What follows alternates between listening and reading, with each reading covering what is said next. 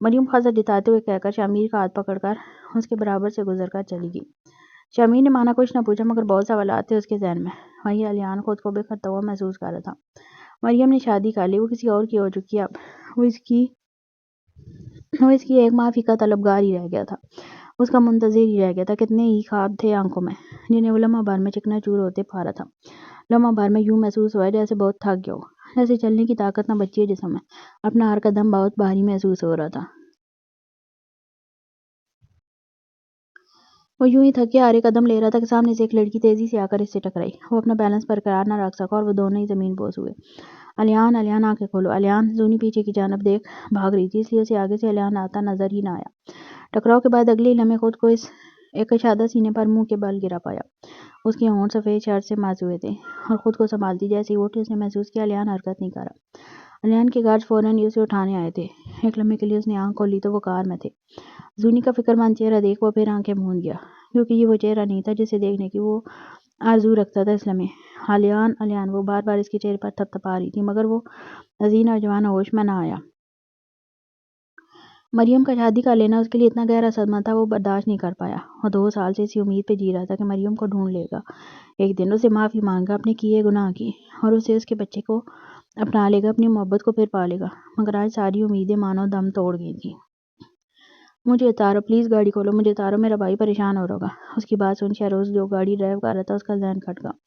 بھائی تم یہاں اپنے بھائی کے ساتھ رہ رہی ہو؟ اس نے گاڑی کا اچانک بریک لگایا تھا جس کے سبب عافیہ کا سر ڈیش بورڈ سے ٹکراتے ٹکراتے بچا۔ شہروز عافیہ کے متعلق کچھ بھی نہیں جانتا تھا، اس لیے وہ یہ سن حیران ہوا کہ اس کا کوئی بھائی بھی ہے۔ ہاں تو تم کیا سمجھتے ہو میں کوئی لاوارث ہوں؟ میرا بھائی ہے، وہ تمہیں زندہ نہیں چھوڑے گا اگر اسے پتہ چل گیا اس بارے میں، اس لیے بہتر یہی ہے تمہارے لیے کہ مجھے یہیں اتار دو۔ عافیہ نے بڑے برم سے دھمکی دی تھی۔ اچھا تم ریلیکس ہو پہلے، میں تمہیں تمہارے بھائی کے پاس خود چھوڑ کر آؤں گا، ٹھیک ہے؟ وہ اسی اطمینان سے خود پر اعتماد دلانے کی کوشش کرنے لگا۔ مگر کیا؟ وہ لڑکی ابروج کا کر ڈرے سہمے لہجے میں پوچھنے لگی۔ مگر تمہیں وعدہ کرنا ہوگا تم مجھ سے پھر ملو گی۔ میں نہیں ملنا چاہتی تم سے، وہ تیزی سے جھنجھلا کر بولی۔ لیکن میں چاہتا ہوں اور ہوگا وہی جو میری چاہت ہے۔ آخری جملے پر مانو جیسے جنون اتر آیا اس نوجوان کی آنکھوں میں۔ عجیب پاگل آدمی ہو تم، میں تمہیں جانتی تک نہیں ہوں اور تم ہو کہ میرے پیچھے ہی پڑے چلے جا رہے ہو۔ وہ شدید جھنجھلاہٹ چہرے پر سجائے گویا ہوئی تو مقابل اس کا چہرہ دیکھنے لگا۔ اس کا دل ٹوٹا تھا عافیہ کو خود سے یوں جھنجلاتا دیکھ۔ عافیہ کہ تمہیں وہ واقعی یاد نہیں، اسے ڈر لگ رہا تھا وہ ناٹک کاری ہے، ورنہ وہ اسے کیسے بھول سکتی تھی۔ میں تمہیں جانتی ہی نہیں بھائی، وہ اپنی پیشانی مسلتے خاصا جھنجلا کر بول رہی تھی۔ کون بھائی؟ فیروز کے سینے میں مانو آگ لگی ہو، اسے خود کو بھائی بلاتا دیکھ اگلے پل اس نے تیزی سے اس کا بازو پکڑ کر اپنی جانب کھینچا۔ وہ اس کے بالکل نزدیک آ گئی تھی۔ فیروز کی آنکھیں اسے عجیب سے تاثر میں احساس میں مبتلا کرنے لگیں۔ اس کے بازو کو جھنجھوڑتے ہوئے کہ ابروج کا کر برمی سے پوچھنے لگا۔ اس کی آواز اس قدر گرجدار تھی کہ مقابل میں ہمت نہ بچی اسے دوبارہ بھائی کہنے کی۔ ہم لورز ہیں نہ کہ بہن بھائی، پوری دنیا کے سارے مرد تمہارے بھائی ہیں صرف مجھے چھوڑ کر، یاد رکھنا اب۔ وہ آنکھوں میں آنکھیں ڈال ایک ایک لفظ چبا چبا کر جتاتے ہوئے بولا۔ لورز وہ جیسے الجھی۔ عاشق معشوق؟ مزید ڈیٹیل دی وہ بھی فرصت سے۔ عاشق معشوق؟ وہ ابھی بھی الجھی ہوئی تھی۔ وہ زندگی میں پہلی بار اسے مل رہی تھی، پھر ان کے درمیان محبت کہاں سے آ گئی؟ وہ تو اسے جانتی تک نہیں تھی، ابھی بھی سمجھ نہیں آیا۔ چلو تو ایک چھوٹا سا ڈیمو دے کر سمجھا دیتا ہوں کہ ہم کون ہیں۔ اس کی آنکھوں میں ایک عجیب سی چمک ابھری تھی یہ جملہ ادا کرتے ہوئے، ساتھ ساتھ ہونٹوں پر اسمارٹ سی مسکراہٹ۔ وہ کہہ کر آہستگی سے اس کے سرخ ہونٹوں پر جھکنے لگا۔ عافیہ کو اپنا دل بے قابو ہوتا محسوس ہوا۔ مجھے سمجھ آ گیا، بس ٹھیک ہے، ڈیمو دینے کی ضرورت نہیں ہے تمہیں۔ وہ ڈر کر آنکھیں زور سے میچتے ہوئے اجلت سے بولی تو مقابلے میں بمشکل اپنی مسکراہٹ ہونٹوں میں دبائی تھی۔ آج کتنے وقت کے بعد اسے دیکھ رہا تھا، وہ بھی اتنے نزدیک سے، دل چاہا بس دیکھتا ہی چلا جائے۔ ابھی وہ اسے دیکھ ہی رہا تھا کہ اس کا سیل رنگ ہوا جو اس کی آواز بحال کرنے کا سبب بنا۔ اس نے عافیہ کا بازو آہستگی سے چھوڑ دیا، جس کے بعد اس نے دیکھا وہ پیاری سی لڑکی تیزی سے اپنی سیٹ سے جا کر چپک گئی۔ ہیلو بھائی، دوسری جانب شامیر تھا۔ کہاں چلے گئے تم گاڑی کو لے کر اچانک؟ وہ تینوں ساتھ ہی آئے تھے شاپنگ کرنے۔ اوہ سوری، مجھے اچانک ضروری کام آ گیا تھا بھائی، آپ تھوڑا سا ویٹ کریں، میں اسے نپٹا کر گاڑی لے کر واپس آتا ہوں۔ چلو ٹھیک ہے، ہم انتظار کر رہے ہیں تمہارا۔ شامیر خود بھی چاہتا تھا کہ اسے تھوڑا وقت مل جائے مریم کے ساتھ، ویسے تو وہ اسے منہ لگاتی نہیں، اسے آنے میں تھوڑا وقت لگے گا۔ جب تک چلو ہم 3rd فلور پر چلتے ہیں، کچھ کھا بھی لیں گے۔ وہ سرسری نگاہ سے مریم کو دیکھ کر کہتا آگے بڑھ گیا تھا۔ الیان کے ملنے کے بعد اسے اپنا درد بھرا ماضی اپنی آنکھوں کے آگے گھومتا ہوا دکھائی دے رہا تھا، جس کے سبب اس کا دل بہت مایوس و افسردہ ہو گیا تھا۔ وہ بس گھر جانا چاہتی تھی، اکیلے بیٹھ کر رونا چاہتی تھی۔ چلو، شامیر نے پلٹ کر دیکھا تو وہ لڑکی اپنی جگہ منجمد کھڑی تھی، کہیں بہت دور گہری سوچوں میں ڈوبی ہوئی۔ اس کی آواز سنتے ہی مانو وہ آواز میں لوٹی تھی۔ مجھے گھر جانا ہے، چلی جانا ہے، شہروز کو آنے تو دو پہلے۔ اسے سمجھ نہیں آتا تھا مریم اتنی اکتاہٹ کیوں دکھاتی ہے اس کی جانب۔ اسے محسوس ہوا جیسے مریم ایک لمحہ بھی اس کے ساتھ نہیں گزارنا چاہتی۔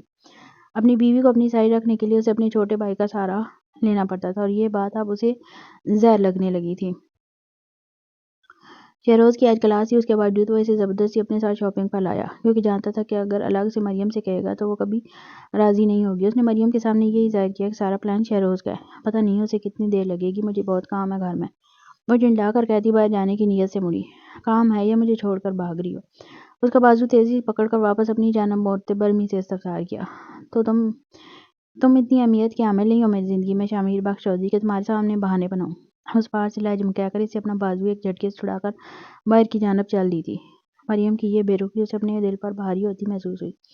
زونی کے بعد وہ پہلی لڑکی تھی اس کی زندگی میں جو اس پر اپنا اثر چھوڑ رہی تھی، جس کی دوری اور بے رخی وہ محسوس کرنے لگا تھا۔ اسے شدید ناگوار گزرا تھا مریم کا خود کو مال میں یوں اکیلے چھوڑ کر چل جانا۔ وہ ہینڈسم لڑکا اس کی پشت تکتا رہا تھا کہ وہ لڑکی اس کی آنکھوں سے اوجھل ہو گئی۔ تو یہ ہے تمہارا گھر؟ وہ عافیہ کو خود چھوڑنے آیا تھا؟ ہاں، اب گاڑی کا ڈور کھولو اور مجھے باہر جانے دو، مقابل اجلت سے بولی۔ یہ لو۔ اس نے اپنا سیلا عافیہ کی جانب بڑھایا۔ وہ لڑکی جتنا پینک نظر آ رہی تھی مقابل اتنا ہی نارمل انداز میں بیٹھا ہوا تھا۔ یہ کیا ہے؟ سیل ہے، وہ نرمی سے بتانے لگا۔ تو تم اپنا سیل مجھے کیوں دے رہے ہو؟ وہ لچ کر پوچھنے لگی۔ کیونکہ ہم لورز ہیں اور لورز ایک دوسرے سے رابطے میں رہتے ہیں۔ اب کبوتروں کا دور تو رہا نہیں، اس لیے سیل رکھو۔ وہ سمجھانے والے انداز میں مسکرا کر بولا۔ تم میرے بھائی کو نہیں جانتے، وہ بہت سخت مزاج ہیں۔ اگر انہیں اس موبائل یا تمہارے متعلق پتہ چلا تو پتہ نہیں کیا کریں گے میرے ساتھ۔ تم کیوں مجھے مشکلوں میں ڈال رہے ہو؟ میں نے کیا بگاڑا ہے تمہارا؟ وہ روتو سا منہ بنا کر گویا ہوئی۔ کیا بگاڑا ہے تم یہ پوچھو؟ کیا بگڑا ہے تم یہ پوچھو؟ تم نے چھوڑا کیا ہے میرے پاس؟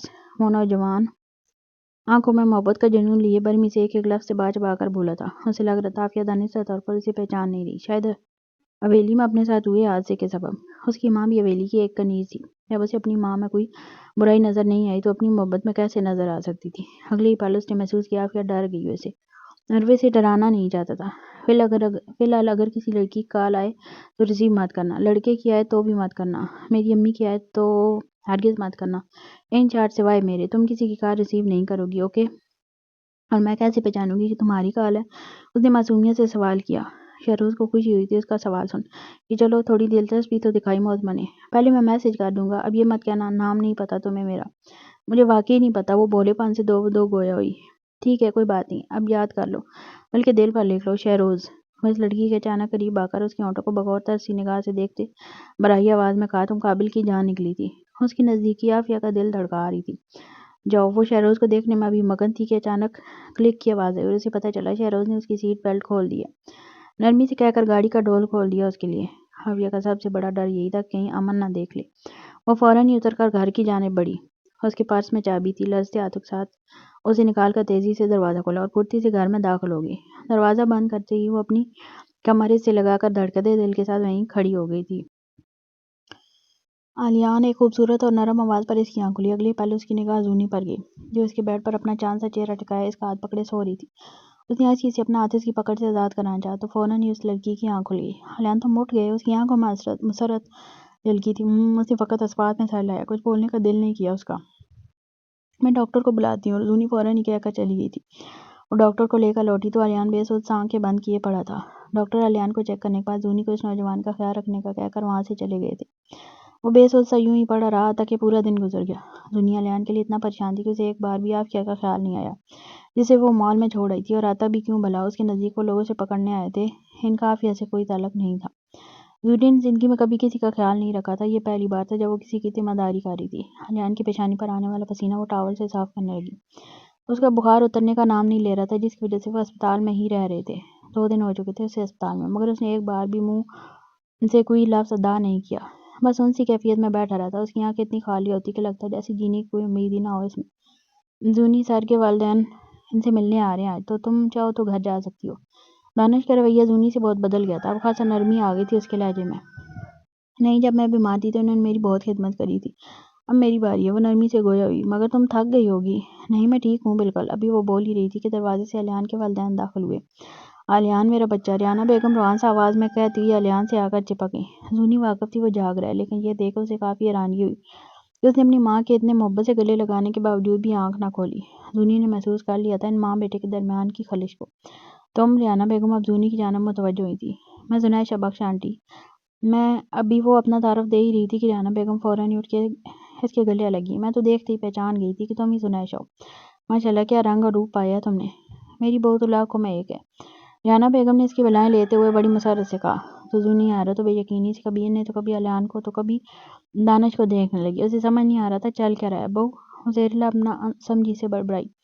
آپ کو ضرور کوئی غلط فہمی ہوئی ہے۔ میں تو ابھی وہ صفائی دینے ہی لگی تھی کہ ریحانہ بیگم تیزی سے اس کی بات کاٹ گئی۔ تمہیں مجھ سے جھوٹ بولنے کی ضرورت نہیں ہے بیٹا۔ الیان نے مجھے بتا دیا تھا فون پر کہ اس نے شادی کر لی ہے تم سے۔ تم یقیناً سمجھ رہی ہوگی کہ میں ان ماؤں میں سے ہوں جو تمہارا گھر بگاڑوں گی، مگر یقین جانو میں ایسی نہیں ہوں۔ میں تو بہت خوش ہوں تم دونوں کے لیے۔ ریحانہ بیگم نے دنیا جان کی محبت اپنے لہجے میں سموئے اس کے رخسار پر اپنا ہاتھ رکھ بڑی نرمی سے کہا۔ الیان نے بتایا آپ کو، وہ جیسے تصدیق کرنا چاہ رہی تھی دوبارہ پوچھ کر کہ جو اس کے کانوں میں سنا آیا وہ ٹھیک بھی ہے یا نہیں۔ ہاں، ان کے تصدیق کرتے ہی زونی نے الجھی نگاہ سے الیان کی جانب دیکھا جو بیڈ پر اپنی آنکھیں موندے لیٹا ہوا تھا۔ الیان، اس نے آہستگی سے آواز دی۔ آنٹی کو کوئی غلط فہمی ہوگی ہے شاید۔ تم انہیں بتاؤ کہ ابھی وہ الیان سے بات کر ہی رہی تھی کہ وہ تیزی سے بیچ میں بات کاٹ ہوئے آنکھیں کھول کر زونی کی جانب دیکھنا ہے سخت اور نہ روٹھے لہجے میں بولا۔ زونی، ان سے کہو جائیں یہاں سے، میں ان کی شکل بھی دیکھنا نہیں چاہتا۔ الیان بیٹا ایسے مت کہو، میں بہت شرمندہ ہوں۔ تم آ کر مجھے کب تک سزا دیتے رہو گے؟ ریحانہ بیگم فوراً ہی اس کے پاس آ کر ہاتھ پکڑ کر روتے ہوئے بولی۔ میں کسی کو کیا سزا دوں گا، میں تو خود سزا بھگت رہا ہوں۔ وہ بھی اس گناہ کی جو انجانے میں کر بیٹھا۔ وہ منہ پھیر کر رنجیدہ و بکھرے لہجے میں بولا۔ بیٹا مجھ سے غلطی ہوگی، میں معافی مانگ تو رہی ہوں، اور کتنی بار معافی مانگوں؟ وہ روتے ہوئے بے بسی سے بولی۔ پاپا پلیز انہیں یہاں سے لے جائیں۔ میں ان سے بات نہیں کرنا چاہتا اور نہ ہی انہیں دیکھنا چاہتا ہوں، پلیز۔ اس نے اپنے والد کی جانب دیکھ کے التجائی لہجے میں کہا۔ تو وہ اس بات میں سر لا کر ریحانہ بیگم کو وہاں سے لے گئے۔ وہ لوگ دانش کے ساتھ چلے گئے تھے۔ ان کے جاتے ہی مال پر پھر خاموشی کا راج ہو گیا۔ زونی الیان کو الجھی نگاہوں سے دیکھ رہی تھی۔ کیا آپ مجھے سمجھائیں گے ادھر چل کیا رہا ہے؟ وہ چاہ کر بھی خود کو روک نہیں سکی تھی الیان سے سوال کرنے سے۔ سوری، پیرنٹس بہت زیادہ فورس کر رہے تھے شادی کے لیے۔ میں نے چڑ کر کہہ دیا کہ میری شادی ہو چکی ہے۔ انہوں نے نہ پوچھا تو میرا ذہن بلیک آؤٹ کر گیا۔ سامنے ہی تم پوچھا لگاتی نظر آئی تو وہ اتنا کہہ کر خاموش ہو گیا تھا۔ تو آپ نے میرا نام لے لیا، واؤ! زونی کے سمجھ نہیں آیا اس لمحے وہ کیا ری ایکشن دے۔ فی الحال آپ آرام کریں، میں نرس سے کہہ دیتی ہوں وہ آپ کا خیال رکھے گی جب تک آپ کا سیکرٹری واپس نہیں آ جاتا۔ سنجیدگی سے کہہ کر وہ تیزی سے باہر کی جانب بڑھنے لگی۔ تم غصہ ہو؟ پیچھے سے گمبھیر لہجے میں استفسار کیا گیا۔ نہیں، غصہ اپنوں پر ہوا جاتا ہے، میں تو اپنوں آپ کو جانتی تک نہیں ہوں۔ ہاں بس ابھی وہ بول ہی رہی تھی کہ الیان فوراً اس کا جملہ مکمل کر گیا۔ کمفرٹیبل نہیں ہوں میرے ساتھ، رائٹ؟ مگر وہ صرف میرے والدین کو ٹالنے کے لیے ایک معمولی سا جھوٹ تھا۔ پتہ ہے، مگر پھر بھی اسے نہیں سمجھ آ رہا تھا وہ کیا جواب دے۔ بہت عجیب سی سچویشن میں خود کو گرا پا رہی تھی۔ سوری۔ ٹھیک ہے، وہ نظر جھکا کر ایسی چیز بولی۔ ابھی وہ مڑی تھی جانے کی نیت سے کہ الیان کی لچکدار آواز کانوں کی سماعت سے ٹکرائی۔ تھوڑی دیر اور رک جاؤ، میں اکیلا نہیں رہنا چاہتا اس وقت۔ مجھے ڈر ہے میں کچھ غلط کر گزروں گا۔ مجھے بار بار خودکشی کے خیالات آ رہے ہیں۔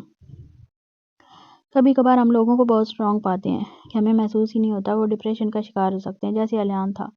وہ ٹوٹ چکا تھا اندر سے، اس کا دل کرچی کرچی ہو کر بکھر چکا تھا۔ ایسے میں وہ کسی کو ہر وقت اپنے پاس چاہتا تھا، خاص طور پر زنیشہ کو۔ وہ لڑکی نہیں جانتی، اس کی خوشبو بالکل مریم جیسی تھی۔ جب وہ اس کے قریب آتا اسے مریم کے اپنے نزدیک ہونے کا احساس ہوتا۔ وہ نہیں چاہتا تھا کہ وہ احساس، وہ خوشبو، وہ مہک اس سے دور جائے۔ اس کی بات سن زونی کی ہمت ہی نہ ہوئی اسے چھوڑ کر جانے کی۔ مانا وہ اس کے ساتھ کمفرٹیبل نہیں تھی، مگر وہ اس حالت میں اسے چھوڑ کر بھی تو نہیں جا سکتی تھی۔ ٹھیک ہے، آپ آرام کریں، دانش کے واپس آ جانے تک میں ہوں آپ کے ساتھ۔ وہ واپس آ گئی تھی، مگر اس بار وہ اس کے پاس چیئر پر نہ بیٹھی بلکہ سامنے صوفے پر بیٹھی۔ اس نے دوری قائم کرنے کی کوشش کی اور یہ دوری الیان محسوس کر رہا تھا۔ پانی، الیان کے پانی مانگتی وہ اٹھ کر اس کے پاس آئی۔ پانی گلاس میں نکال کر اس خوبصورت مگر کمزور نوجوان کو اٹھ کر بیٹھنے میں مدد کی، پھر اس کے لبوں سے پانی کا گلاس لگایا۔ پانی پلانے کے بعد وہ پھر صوفے پر جا کر بیٹھ گئی اور دانش کے واپس آنے کا انتظار کرنے لگی۔ انتظار کرتے کرتے کب وہ نیند کی وادیوں میں اتر گئی اسے کچھ خبر نہیں۔ الیان نے صوفے پر بیٹھ کر سوچتے ہوئے دیکھتا رہا، پھر اس نے اپنا سیل نکالا۔ تم گھر ہی رک جاؤ، اس نے دانش کو میسج کر دیا تھا۔ Okay sir. زونی کی آنکھ کھلی تو 12 کے قریب ہو چکے تھے، مگر دانش ابھی تک نہیں آیا۔ وہ زہریلا بڑبڑائی، پھر اس نے اپنے بالوں کو جوڑے سے آزاد کیا جو خاصا لوز ہو چکے تھے، انہیں اپنے ہاتھ سے سیٹ کر دوبارہ جوڑا کسا۔ اچانک اسے خود پر کسی کی نگاہوں کی تپش محسوس ہوئی۔ اس نے نگاہ اٹھائی تو الیان سوتا ہوا نظر آیا۔ کمرے میں اس کے علاوہ اور کوئی موجود بھی نہ تھا۔ اس احساس کو اپنا وہم گمان کر وہ سر جھٹک کر دوبارہ صوفے سے ٹیک لگا کر بیٹھ گئی۔ تم دروازہ نوک ہونے پر وہ چائے کا کپ نیچے رکھ کر دروازہ کھولنے آیا تھا۔ آ جاؤں؟ رونی نے لچکدار انداز میں پوچھا۔ ہم نے کوئی جواب نہ دیا، بس راستہ چھوڑ دیا اس کے لیے۔ کہاں تھی تم اتنے دنوں سے؟ وہ چاہ کر بھی خود کو روک نہیں سکا تھا یہ سوال کرنے سے۔ میرے باؤس کی طبیعت خراب ہو گئی تھی تو میں ان کے ساتھ اسپتال میں تھی، اس کی جانب دیکھ سنجیدگی سے جواب دیا۔ باؤس بول جا۔ ہاں، وہ جن کے گھر میں جھاڑو پوچھا کرتی ہوں۔ جھاڑو پوچھا؟ کیا بول رہی ہو تم؟ اسے سمجھ نہیں آ رہا تھا وہ کیا بول رہی ہے۔ بھلا وہ حویلی کی شہزادی کیوں کسی گھر کا جھاڑو پوچھا کرنے لگی؟ یار میں پہلے ہی بہت پریشان ہوں، مجھے مزید پریشان مت کرو سوال کر کر کے۔ وہ لڑکی خاصا جھنجلا کر بولی تھی۔ ایک تو مجھے الیان کی سمجھ نہیں آ رہی، کون اپنے گھر کی ملازمہ کو اپنی بیوی بتاتا اپنے والدین کے سامنے۔ چاہ کر بھی خود کو روک نہیں پا رہی تھی یہ سوچنے سے کہ الیان نے آخر کیوں اسے اپنی بیوی کہہ کر انٹروڈیوس کرایا اپنے والدین سے۔ زونی پہلے کلیئر کرو بات۔ وہ ابھی ایک قدم ہی آگے بڑھی تھی کہ مقابل نے اس کا بازو پکڑ کر روکا۔ اف کیا کلیئر کروں؟ وہ الجھ کر۔ یہی کہ کس کی بات کر رہی ہو تم؟ کس کے ساتھ جھاڑو پوچھا کرتی پھر رہی ہو اور کیوں؟ اف تم تو ایسے سوال کر رہے ہو جیسے جانتے نہ ہو کہ میں گھر سے بھاگی ہوئی ہوں۔ وہ چڑھ کر جواب دینے لگی۔ تم بھاگ کر آئی ہو یہاں؟ وہ نوجوان جیسے شاکڈ ہوا تھا۔ تمہیں واقعی نہیں پتا؟ اس کی حیرت دیکھ زونی کو محسوس ہوا کہ وہ واقعی نہیں جانتا کہ وہ گھر سے بھاگی ہوئی ہے۔ کیوں؟ اور سب سے بڑھ کر کس حرامزادے کے ساتھ؟ وہ فوراً ہی بازو جھنجھوڑ کر دانت پیستے ہوئے پوچھنے لگا۔ اس کی آنکھیں سرخ پڑ گئی تھیں اس خیال سے کہ وہ کسی کے ساتھ بھاگی ہوئی ہے۔ کیونکہ مجھے شادی نہیں کرنی تھی شہروز سے، اور بے فکر ہو اکیلی بھاگی ہوں۔ زونی لاپرواہی سے جواب دی۔ تمہیں شہروز سے شادی نہیں کرنی تھی اس لیے تم بھاگ گئی۔ پاگل تو نہیں ہو تم؟ تمہیں کچھ اندازہ بھی ہے کتنی بڑی سزا مل سکتی ہے تمہیں بھاگنے کی؟ تم اتنی بے وقوف کیسے ہو سکتی ہو زو؟ وہ اس کا چہرہ بغور دیکھتے ہوئے پوچھنے لگا۔ شدید غصہ دار آیا تھا اس کے لہجے میں، غصے سے کہیں زیادہ فکر تھی۔ تو میں اور کیا کرتی؟ وہ بے بسی سے گویا ہوئی۔ باتیں کرتے وہ جیسے تجویز دے رہا تھا۔ کس سے؟ کون سنتا میری بات کرتی؟ وہ جیسے تجویز دے رہا تھا۔ کس سے؟ کون سنتا میری؟ کیا تم نہیں جانتے میرے ساتھ کیا سلوک کرتے ہیں وہ لوگ؟ پلیز زو، اب اتنی شریف مت بنو۔ جب دادی نے تم سے پوچھا تھا تو تم نے خود ہاں کری تھی شہروز کے لیے۔ تمہیں تو خوش ہونا چاہیے کہ میں بھاگ گئی۔ بجائے مجھ پر غصہ کرنے کے وہ جھنجلا کر جتاتے ہوئے بولی۔ اسے سمجھ نہیں آ رہا تھا کہ امن اتنا غصہ کیوں ہو رہا ہے اس پر۔ کیا وہ واقعی چاہتا تھا کہ وہ شہروز سے شادی کر لیتی؟ یار میں کیسے غصہ نہ ہوں جب میں جانتا ہوں کہ تمہاری یہ معمولی سی بے وقوفی زندگی بھر کی سزا بن سکتی ہے۔ اس کا غصہ اپنی جگہ بجا تھا۔ یہ تصور ہی اس کی جان نکال رہا تھا کہ ابراہیم بخش کے بندوں نے اسے پکڑ لیا تو کیا کریں گے اس کے ساتھ؟ جو اب اس کا سٹیٹس ہے وہ نہیں لڑ سکتا ابراہیم بخش ان کے کتوں سے۔ تم کیوں اتنا پریشان ہو رہے ہو؟ 2 سال ہو گیا مجھے بھاگے ہوئے۔ جب وہ مجھے ابھی تک نہیں پکڑ سکے تو آگے بھی نہیں پکڑ پائیں گے۔ اتنا پریشان ہونے کی ضرورت نہیں ہے تمہیں، رونی نے لاپرواہی سے کہا، جبکہ مقابل کے کان کھڑے ہوئے تھے۔ یہ بات سن 2 سال؟ ہاں، تبھی تو کہہ رہی ہوں کہ پریشان مت ہو۔ امن خاموش ہو گیا تھا، اس کا ذہن کمپیوٹر سے تیز کام کر رہا تھا اس لمحے، اور کیوں کرنا کرتا بات اس کی محبت پر جو آ گئی تھی۔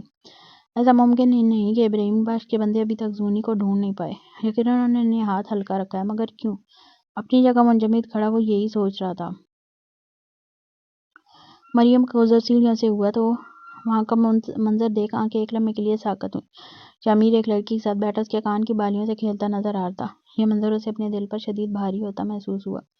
اس کے ہاتھ میں بکس تھی جنہیں مزید جکڑتے ہوئے 2 ثانیوں کے لیے اپنے نام کے شور کو دیکھنے لگی، جیسے کوئی شرم و لحاظ نہیں تھا۔ اس کے چہرے پر دل جلی مسکراہٹ نمودار ہوئی۔ شمیر اس لڑکی میں اس قدر محو تھا کہ سامنے موجود کی اسے کچھ خبر ہی نہیں تھی۔ بغیر کچھ کہے وہ خاموشی سے اسی کے برابر سے گزر کر سیڑھیاں چڑھنے لگی۔ ہر ایک سیڑھی پر اسے اپنا دل منو بوجھ تلے دبتا محسوس ہو رہا تھا۔ کلاس سٹارٹ ہو چکی تھی مگر اس کا ذہن شمیر میں ہی الجھ کر رہ گیا تھا۔ جتنا اس منظر کو بھولنے کی کوشش کر رہی تھی اتنا ہی اپنے اندر لاوا و مرتا محسوس کرتی۔ وہ صرف کاغذی شور ہے، یہ کیوں بھول جاتی ہو مریم تم؟ وہ جیسے خود کو ہی سمجھا رہی تھی۔ مریم، شکریہ تمہارا پین۔ سلمان اس کے سامنے والی چیئر پر آ کر بیٹھتے مشغول لہجے میں کہتا، اس کا پین اسے واپس کرنے لگا۔ ویلکم۔ مریم نے بھی مسکراتے ہوئے پین واپس لے لیا۔ سلمان مریم کی طرح ہی پڑھاکو تھا، شاید یہی وجہ تھی کہ دونوں کی بہت ملنے لگی تھی۔ سانولی سی رنگت، قد کا لمبا، ورزشی جسامت کا مالک سلمان۔ وہ نوجوان مریم کو پسند کرنے لگا تھا۔ مریم کو دیکھتے ہی اس کے چہرے پر ایک خوبصورت مسکراہٹ بکھر آتی۔ وہ تھوڑا شرمیلا مزاج کا مالک تھا۔ ویسے میں لنچ کر سکتا ہوں نا تمہارے ساتھ؟ خاصا لچکدار انداز میں پوچھا۔ بالکل، یہ بھی کوئی پوچھنے والی بات ہے؟ اس نازک سی پنک رنگ کے کپڑوں میں ملبوس گڑیا نے دوستانہ انداز میں جواب دیا۔ پنک رنگ اس پر بڑا جچ رہا تھا۔ مانا سادہ سی فراک تھی مگر اس کی خوبصورت فکر پر قیامت ڈھاتی معلوم ہوئی۔ سلمان لنچ تو کیا ہی کہہ رہا تھا، چور چور نظروں سے بس اسے ہی دیکھ رہا تھا۔ وہ دونوں کہاں جانتے تھے کونے میں بیٹھے شخص کی نگاہیں ان پر ہی جمی ہیں۔ شمیر کی آنکھوں میں جوالا مکھی پھوٹنے کو تھی۔ تم کلاس لوگی؟ سلمان نے مریم کے ساتھ چیئر سے کھڑے ہوتے ہوئے استفسار کیا۔ ضرور، کیوں تم نہیں لے رہے؟ نہیں، مجھے کچھ ذرا نوٹس بنانے تھے تو میں لائبریری جا رہا ہوں۔ اوکے، سلمان کے جاتے ہی وہ کینٹین سے نکل گئی۔ اسے نہیں خبر سلمان دوبارہ کینٹین میں آ گیا تھا۔ ابھی تک ٹیبل کی صفائی نہیں ہوئی تھی اس کی۔ مریم کی چھوڑی کولڈ ڈرنک جس پر اس کا دل اٹکا ہوا تھا وہ ابھی تک موجود تھی۔ وہ اسے ہی پینے کی نیت سے دوبارہ آیا تھا۔ کولڈ ڈرنک کی بوتل کو اس نے مسکراتے ہوئے اٹھانا چاہا۔ ابھی وہ اٹھا پاتا اس سے قبل ہی اچانک سے سامنے سے کسی نے آ کر اس بوتل کو اچک لیا۔ سلمان نے شاکڈ ہو کر سامنے کی جانب دیکھا تھا۔ وہ ہینڈسم لڑکا کولڈ ڈرنک کو منہ سے لگائے آخری قطرہ تک گلے میں اتار چکا تھا۔ شامیر، وہ لڑکر، پہلی اور آخری وارننگ دے رہا ہوں، میری اور سے دور ہے۔ خالی کولڈ ڈرنک کو نیچے ٹیبل پر پٹک کر بر کی پھرتی سے مقابل کا کالر دبوچ دھمکی آمیز لہجے میں ایک ایک لفظ چبا چبا کر آنکھوں میں شعلے باری لیے کہا، پھر جھٹکے سے اسے چھوڑ کر باہر کی جانب چل دیا۔ سلمان بس اسے دیکھتا ہی رہ گیا تھا۔ کہاں؟ وہ واپس جانے کی نیت سے کوٹ پہننے لگی تو امن نے آج اس کا ہاتھ پکڑ لیا۔ اپنے گھر؟ کون سا گھر؟ وہ ابرو اچکا کر تفتیشی افسران کی طرح پوچھنے لگا۔ میرے باس کا گھر، جہاں میں سرونٹ کوارٹر میں رہتی ہوں، وہ نرمی سے جواب دے گئی۔ کوئی ضرورت نہیں واپس جانے کی۔ امن نے ظاہر نہیں کیا مگر اب وہ فکر مند تھا اسے لے کر۔ تو آج سے میں تمہارے ساتھ رہ سکتی ہوں؟ اس کی آنکھیں چمکی تھی یہ سوال کرتے وقت۔ گھر میں رہ سکتی ہو؟ اس خوبصورت نوجوان نے جملے کی تصحیح کی، وہ بھی سالم سے جتاتے ہوئے۔ یہاں کا دروازہ کب تک کھل جائے گا؟ اچانک ہی وہ قریب آ کر اپنی شہادت کی انگلی اس کے دل کے مقام پر رکھتے سنجیدگی سے استفسار کرنے لگی۔ اس کی بلوری آنکھوں میں پوری امیدی چھائی نظر آئی تھی۔ تمہارے لیے کبھی نہیں کھلے گا۔ اس لڑکی کی امید کو توڑنا بہت مشکل معلوم ہوا امن کو۔ بے مروتی سے کہتے اس کی انگلی اپنے ہاتھ سے ہٹائی، جس پر وہ لڑکی منہ بسور کر اسے دیکھنے لگی۔ میں باہر سو جاؤں گا، آج سے یہ کمرہ تم لے لو۔ نظر جھکا کر کہتا وہ کمرے سے نکلنے لگا۔ تمہیں باہر سونے کی ضرورت نہیں ہے کالے بلے، ہم ایک کمرے میں آرام سے رہ سکتے ہیں۔ دھونی کی جملے سنتے ہی امن حیرت سے اس کی جانب پلٹا۔ کیا؟ ہاں، بس ایک کام کرنا پڑے گا تمہیں۔ اور وہ کیا ہے؟ ابرو اچکا کر تجسس سے۔ زیادہ کچھ نہیں، بس چھوٹا سا نکاح۔ دنیا جہاں کی معصومیت چہرے پر سجائے بولی تو مقابل اس کا خوبصورت چہرہ حیرت سے دیکھنے لگا۔ چھوٹا سا نکاح؟ وہ کیسے ہو سکتا ہے؟ وہ کیسا ہوتا ہے؟ مقابل اپنی تھوڑی پر کھجاتے ہوئے جیسے معصوم بنا ہو۔ تمہیں نہیں پتا؟ دھونی حیرت سے آنکھیں ٹمٹماتے ہوئے۔ نہیں، تم بتا دو انجان لہجے میں۔ دیکھو، زیادہ کچھ نہیں کرنا، بس 2 گواہ لے اور ایک مولوی صاحب، اور پھر ہم آرام سے ایک کمرے میں رہ لیں گے۔ وہ بڑی معصومیت سے گویا ہوئی، جس پر مقابل اس کا چہرہ دیکھ لگا۔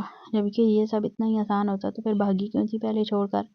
آئیڈیا اچھا ہے، مگر یہ بھی تو ہو سکتا ہے نا کہ تم عافیہ کے ساتھ جا کر رہ لو۔ 2 گواہ اور مولوی صاحب کو لانے کی زحمت سے بچ جاؤں گا میں۔ بڑی فرصت سے تجویز دی۔ اتنی بھی کوئی زحمت والی بات نہیں ہے۔ مقابل منہ لٹکا کر بولی۔ زیادہ پھیلو مت زو، گھر میں رہنے کی اجازت دے دی ہے نا، یہی بہت ہے تمہارے لیے۔ بڑی آئی چھوٹے سے نکاح والی، وہ سر جھٹک کر برمی سے کہتا باہر چل دیا تھا۔ باہر آتی ہی اس نے سب سے پہلے اپنے دل کے مقام پر ہاتھ رکھا جو اتنی شدت سے دھڑک رہا تھا، گمان ہوا باہر ہی نکل آئے گا۔ وہ لڑکی نہیں جانتی نکاح کا ذکر چھیڑ کر اس کے دل و روح کو بے چین کر دیا تھا اس نے۔ میں دیکھتا ہوں۔ عافیہ آم کا جوس بنا کر لائی تھی، وہ تینوں بیٹھ کر وہی پی رہے تھے جب دروازہ نوک ہوا۔ امن ابھی اپنا جوس کا گلاس ٹیبل پر رکھ کر اٹھ نہیں لگا تھا دروازہ کھولنے کے لیے کہ دھونی تیزی سے اٹھ کر دروازے کی جانب بڑھ گئی، یہ کہتے ہوئے کہ تم جوس پیو، میں دیکھ لیتی ہوں۔ دانش تم؟ دروازے پر دانش کو کھڑا پا کر وہ خاصا حیران ہوئی تھی۔ سر آپ سے بات کرنا چاہتے ہیں۔ دانش نے سیلے اس کی جانب بڑھاتے ہوئے کہا۔ وہ تعجب سے کبھی سیل کو تو کبھی دانش کو دیکھنے لگی۔ دانش کو کیسے پتا کہ وہ یہاں ہے؟ پھر اعلان کو اس سے کیا کام آ گیا بھلا اتنی رات کو؟ بات کریں، سر لائن پر ہیں۔ دھونی کو سوچوں میں الجھا دیکھ دانش نے تیزی سے کہا۔ اچھا، اس نے کنفیوز نظروں سے دانش کو دیکھتے سیلا اس کے ہاتھ سے لے کر اپنے کان سے لگایا۔ ہیلو؟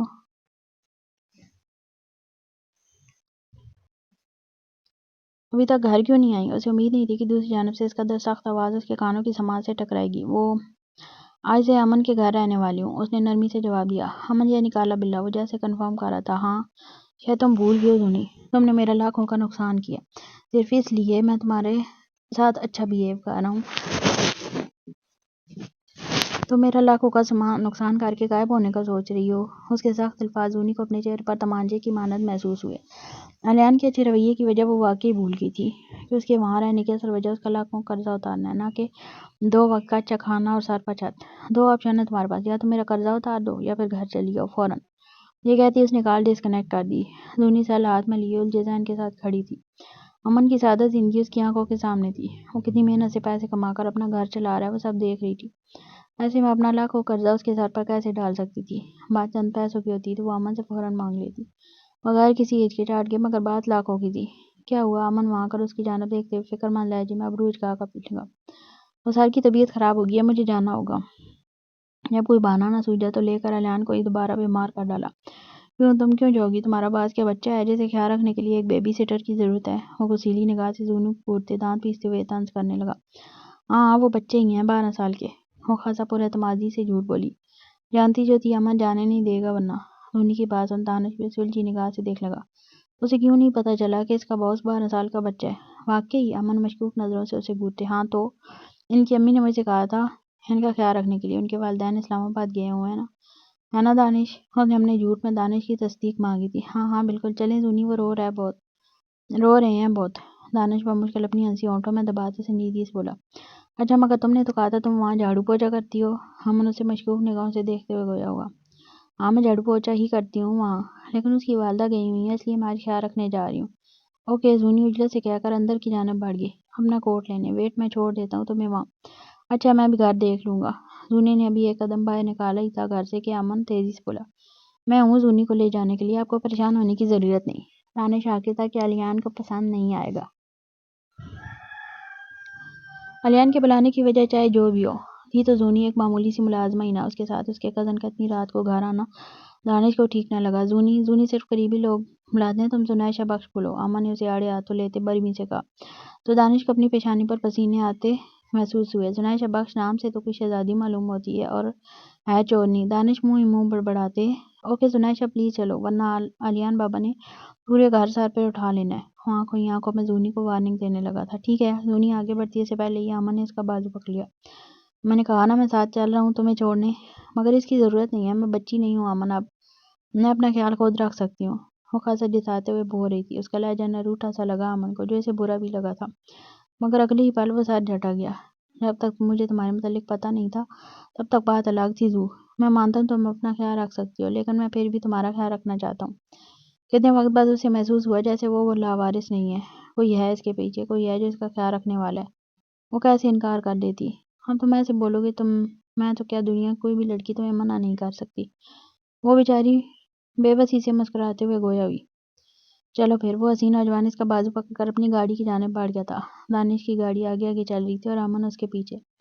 تو یہ ہے تمہارے باس کا گھر؟ وہ کھڑکی سے باہر جھانک کر مینشن کے بڑے سے دروازے کو بغور دیکھتے ہوئے گویا ہوا۔ چلو ٹھیک ہے اب میں چلتی ہوں، کل ملتے ہیں۔ زونی نے مسکرا کر الوداع لی۔ کل کیوں؟ میں یہیں کھڑا ہوں، اس بچے کو سلا کر آ جاؤ، ساتھ چلیں گے واپس۔ امن کی بات سن زونی کے طوطے اڑے تھے۔ ہاں مگر تمہیں پریشان ہونے کی ضرورت نہیں ہے کالے بلے، میں یہیں رہتی ہوں سرونٹ کوارٹر میں، اور میرے ساتھ بہت سارے سرونٹ ہیں کیونکہ میں اکیلی نہیں ہوں اور میں یہاں بہت وقت سے رہ رہی ہوں۔ زونی نے اسے اپنی باتوں سے قائل و مطمئن کرنے کی کوشش کی۔ زو میں تمہیں لیے بغیر نہیں جاؤں گا، جاؤ اپنا کام ختم کر کے آؤ، بلکہ کل جب تمہاری مالکن واپس آ جائے تو تم ان سے کہہ دینا کہ تم کام چھوڑ رہی ہو۔ امن کیوں مجھے ایک کے بعد ایک شوق دے رہے ہو؟ میں کیسے کہہ سکتی ہوں الیان سے کہ میں کام چھوڑ رہی ہوں؟ اس کی گاڑی کی بھرپائی کرنے کے پیسے نہیں ہیں میرے پاس۔ زونی دل ہی دل بڑبڑائی۔ کیا ہوا؟ کیا سوچ رہی ہو؟ جلدی جاؤ اور پھر جلدی واپس آؤ، ٹائم ویسٹ مت کرو، پہلے ہی رات بہت ہو گئی ہے۔ امن نے اپنے ہاتھ کی کلائی پر بندھی گھڑی میں وقت دے کر فکر مند لہجے میں کہا۔ الیان اور امن کے درمیان وہ خود کو پھنسا ہوا پا رہی تھی۔ میں کہہ رہی ہوں نا تم چلے جاؤ گھر، تمہیں صبح کالج بھی جانا ہے پڑھانے، میں آ جاؤں گی کل آرام سے۔ وہ کیسے اس بیچارے کو پوری رات باہر سڑک پر انتظار کی سولی پر لٹکا چھوڑ سکتی تھی؟ زو بحث مت کرو، جاؤ۔ اس بار وہ کڑک لہجے میں بولا تو زونی مجبور ہوئی خاموشی سے گاڑی سے نکلنے پر۔ جھاڑو پوچھا کر کے تو میں ایک مہینے کا صرف 5 سے 6 ہزار کما سکتی ہوں، جبکہ اس کی گاڑی کی بھرپائی لاکھوں میں۔ میری تو پوری زندگی نکل جائے گی یار۔ کہاں پھنس گئی ہوں زونی تم؟ وہ منہ بڑبڑاتی خود کو ملامتیں کرتی مینشن میں داخل ہو گئی تھی۔ تم آ گئی؟ ابھی وہ اپنی سوچوں میں مگن چل رہی تھی کہ اچانک اس کے پیچھے سے آواز آئی، جس پر وہ چونک کر پیچھے مڑی۔ اسے الیان گارڈن میں دیوار سے ٹیک لگائے کھڑا نظر آیا۔ زونی کو محسوس ہوا جیسے وہ اسی کے انتظار میں وہاں کھڑا ہو، مگر اگلے ہی لمحے وہ سر جھٹک گئی یہ سوچ کر کہ یہ کیسے ممکن ہے کہ ایک کروڑوں اربوں کی جائیداد کا مالک اپنی معمولی سی جھاڑو پوچھا کرنے والی کے ملازمہ کے انتظار میں کھڑا ہو۔ وہ اندھیرے میں کھڑا تھا، مگر زونی پھر بھی محسوس کر سکتی تھی کہ اس کی آنکھیں اسی کے وجود پر ٹکی ہیں۔ سر میرا کام جھاڑو پوچھے کا، مجھے یہاں رات میں رکنے کی ضرورت نہیں، میں صرف آپ سے بات کرنے آئی تھی کہ میں بھاگنے والی نہیں ہوں، اس لیے آپ فکر کرنے کی ضرورت نہیں۔ باہر کالا بلّا میرا انتظار کر رہا ہے، میں صبح وقت پر آ جاؤں گی، پلیز مجھے جانے دیں۔ اس نے منتی انداز میں آخری جملہ ادا کیا۔ وہ ہرگز نہیں چاہتی تھی کہ امن پوری رات اس کا انتظار کرتا رہے۔ اگر تمہیں یاد ہو تو میں نے تمہیں 2 آپشن دیے تھے، ایک میں نے تمہیں فورس نہیں کیا تھا یہاں آنے پر۔ زونی کی بات سن وہ آہستگی سے چلتے ہوئے اس کی جانب آیا۔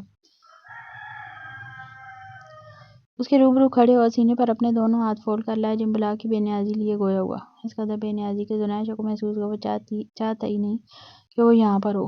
وہ بس پیسے دے دے اور چلی جائے۔ یہ صرف اس نوجوان کا اپنے پیسے نکلوانے کا طریقہ ایسے۔ جواب میں زونی کے پاس کچھ نہیں تھا بولنے کے لیے۔ ہاں یہ سچ تھا، وہ خود آئی تھی کیونکہ دوسرا آپشن اس کے لیے ناممکن کے مترادف تھا۔ وہاں سے لائے وہ لاکھ روپے اس کی مہنگی گاڑی کی بھرپائی کرنے کے لیے۔ مگر امن میرا انتظار کر رہا ہے باہر۔ وہ جیسے اپنی سچویشن سمجھانے کی کوشش کر رہی تھی۔ تو اس کا مجھ سے کیا لین دین؟ وہ ابروج کھا ناسمجھی سے پوچھنے لگا۔ کچھ نہیں، اریان کے اچھے بیہیوئر کے سبب وہ اسے اپنا دوست سمجھنے لگی تھی، مگر اب محسوس ہوا کہ نہیں، وہ غلط تھی۔ اس نے اپنے والدین سے جھوٹ کہا تھا کہ وہ اس کی بیوی ہے، اس لیے اس کے ساتھ اچھا بیہیو کر رہا تھا تاکہ وہ اس کے ناٹک میں اس کا ساتھ دے سکیں۔ اب جب کہ اس کے والدین جا چکے تھے یہاں سے تو اسے ضرورت نہیں تھی اسے ناٹک کو کنٹینیو رکھنے کی۔ اس نے بے مربتی سے کہا اور سرورنٹ کوارٹر کی جانب بڑھ گئی۔ اسے علم تھا کہ الیان سے کچھ بھی کہنا صرف اپنے لفظوں کا ضیاع کرنا ہے۔ پوری رات وہ اپنی بیڈ پر کروٹیں بدلتی رہی۔ اسے احساس تھا کہ امن گاڑی میں اس کا انتظار کر رہا ہے، مگر وہ کچھ نہیں کر سکتی تھی۔ الیان کھڑکی کے پاس کھڑا امن کو زنیشہ کا گاڑی میں انتظار کرتے ہوئے دیکھ رہا تھا۔ 2 گھنٹے گزر چکے تھے مگر امن نہیں گیا۔ اس کی گاڑی میں اے سی نہیں تھا، موسم بھی خاصا گرم تھا، اس لیے اس کی پیشانی اور کپڑے پسینوں سے بھیگ رہے تھے۔ اس کے باوجود وہ گاڑی میں بیٹھ کر اس کا انتظار کرتا رہا۔ سر بلایا اپنے؟ دانش کمرے میں آ کر پوچھنے لگا۔ ہاں، زونی کے کزن کو واپس بھیج دو، اگر وہ نہ بھی جائے تو وہ بھی زونی کو بتا دینا کہ وہ چلا گیا۔ Okay sir. دانش فوراً اسبات میں سر لا کر وہاں سے چلا گیا تھا۔ زنیشہ میم کہہ رہی ہیں کہ آپ یہاں سے چلے جائیں، وہ آج رات یہیں رکیں گی۔ دانش امن کی گاڑی کے پاس آ کر اسے مخاطب ہو کر بولا۔ وہ بچہ سویا نہیں ابھی تک؟ نہیں، انہیں بخار ہے۔ اگر رات میں کسی وقت ان کی آنکھ کھلی اور زنیشہ میم کے پاس نہ ہوئی تو وہ پورا گھر سر پر اٹھا لیں گے، اس لیے وہ نہیں جا سکتی۔ دانش کی بات سن وہ اسبات میں سر لانے لگا لیکن جانے کے لیے پھر بھی تیار نہ ہوا۔ اچھا چلو تو پھر زونی کو بتا دو کہ میں باہر موجود ہوں، اس بچے کا بخار اتر جائے اور وہ سو جائے تو آ جائے باہر، ہم ساتھ ہی گھر چلیں گے۔ کہاں اس چورنی کوئی پوچھنے والا نہیں تھا اور کہاں اب یہ لڑکا اسے چھوڑنے کے لیے تیار نہیں۔ عجیب، وہ دل ہی دل بڑبڑایا تھا۔ اوکے۔ دانش نے مزید کوئی بحث نہ کی، بس سرونٹ کوارٹر کے پاس آ کر دروازہ نوک کیا۔ ہاں، زونی ابھی تک سو نہیں سکتی تھی، اسے امن کی فکر جو لگی ہوئی تھی۔ اب کے کزن چلے گئے یہ بتانے کے لیے آیا تھا۔ دانش کے جملے سنتے ہی منو بوجھ اترا ہو اس لڑکی کے سینے سے۔ اچھا شکریہ۔ اس نے دانش کا شکریہ ادا کیا اور پھر سکون سے آ کر بیڈ پر لیٹ گیا۔ کچھ ہی دیر میں وہ گہری نیند کی آغوش میں چلی گئی تھی۔ دوسری جانب امن اب گاڑی میں بیٹھے بیٹھے جھونکے لینے لگا تھا۔ اسے علم ہی نہیں ہوا کہ وہ کب وہ گاڑی کی سیٹ سے ٹیک لگائے سو گیا۔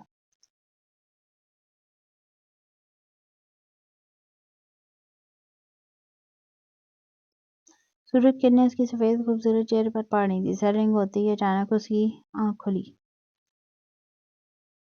زو آئی نہیں ابھی تک؟ وہ مینشن کے دروازے کی جانب دیکھتے ہوئے بڑبڑایا۔ پھر اس نے سیدھے ہاتھ سے اسے اپنی آنکھیں مسلتے ہوئے الٹے ہاتھ سے کال ریسیو کی۔ کال آپ کی تھی جو نہایت پریشان تھی اس کے لیے۔ بھائی جان کہاں ہیں آپ؟ کتنی کالز کی میں نے آپ کو؟ وہ میں سو گیا تھا۔ آپ ٹھیک ہے نا بھائی؟ وہ فکر مند لہجے میں پوچھنے لگی۔ ہاں ہاں میں بالکل ٹھیک ہوں، فکر نہ کرو۔ مجھے کالج جانا ہے، آپ آ رہے ہیں یا میں اکیلی نکل جاؤں؟ ویسے آپ فکر نہ کریں، میں اکیلی جا سکتی ہوں، بڑی ہو گئی ہوں اب۔ صبح کے وقت اکثر بہت سناٹا ہوتا تھا گلیوں میں، اس لیے امن اسے جانے نہیں دیتا تھا اکیلا۔ اس کی بات سن امن نے فوراً ہی انکار کیا۔ کوئی ضرورت نہیں ہے اکیلے جانے کی، میں آ رہا ہوں۔ اس نے سوچا زونی کو وقت لگ جائے گا صفائی کرنے میں، اتنی دیر میں وہ کالج چھوڑ کر واپس بھی آ جائے گا۔ وہ چوکیدار کو اطلاع کر کے وہاں سے چلا گیا تھا۔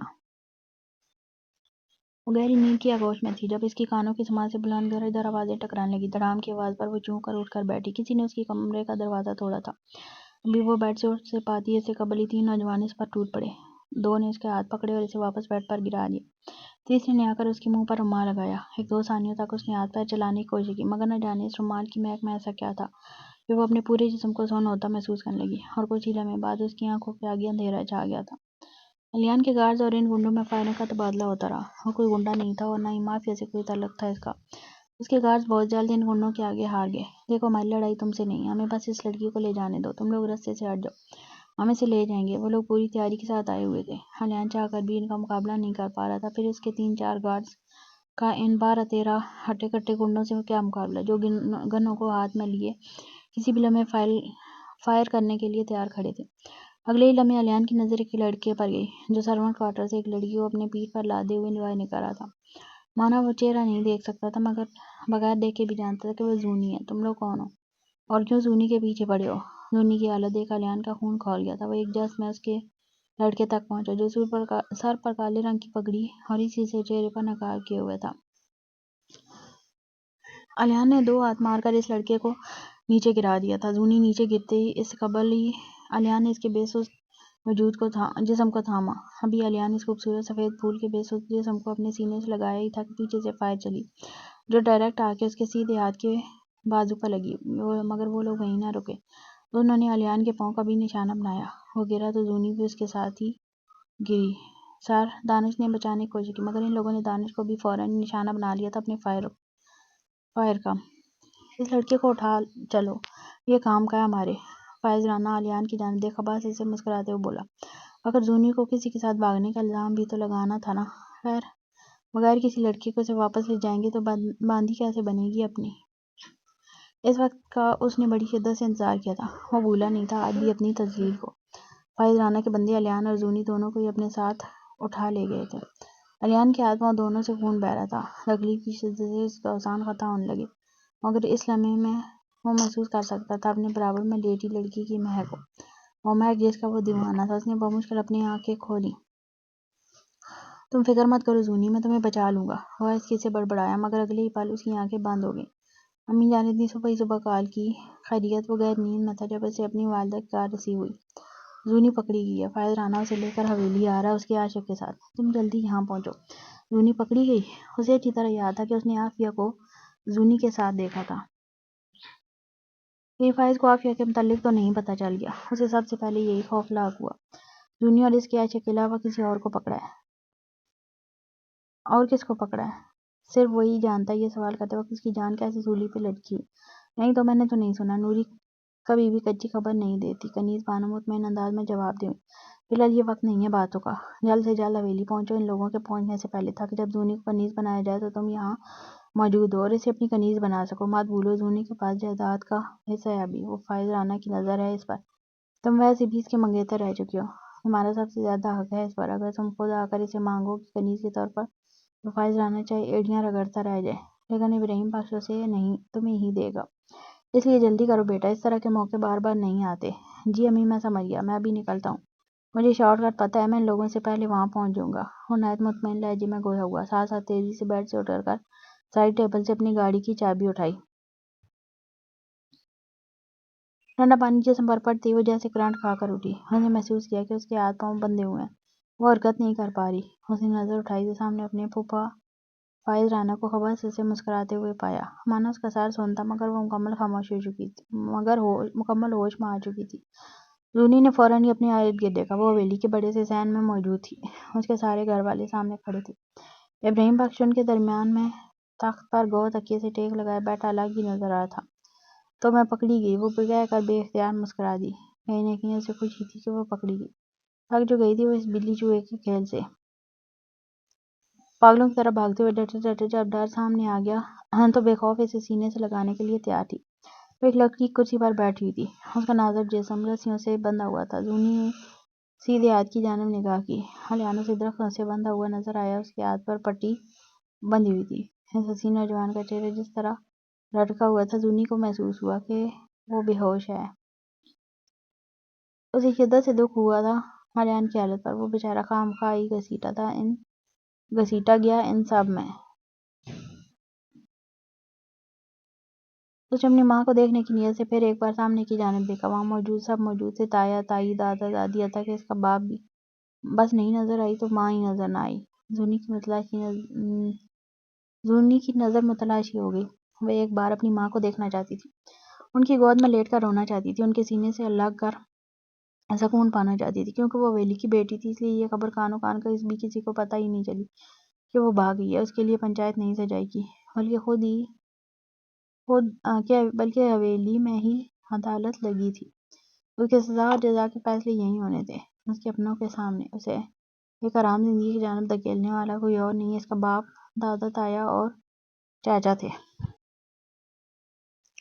حرام زادی، تجھے شرم نہ آئی؟ ابراہیم بخش کی پوتی ہو کر منہ کالا کرتے فائز رانا نے اس کے چہرے پر زوردار تماچا رسید کرتے ہوئے کہا۔ وہ تماچا اس قدر زوردار تھا کہ اس کے ہونٹوں سے خون نکلنے کا اسے محسوس ہوا جیسے اس کے جبڑے ہل گئے ہوں، مانا تکلیف ہوئی، مگر مجال ہے چہرے پر کوئی اس کا اثر نمایاں ہو۔ اس قدر نڈر اور بے باکی نے بے تاثر چہرے کے ساتھ سامنے کھڑے اپنے پھوپھا کو دیکھا، پھر ان کے پیچھے کھڑے اپنے چچا، تایا اور اپنے باپ کو، ساتھ ہی شان سے بیٹھے اپنے دادا کو بھی۔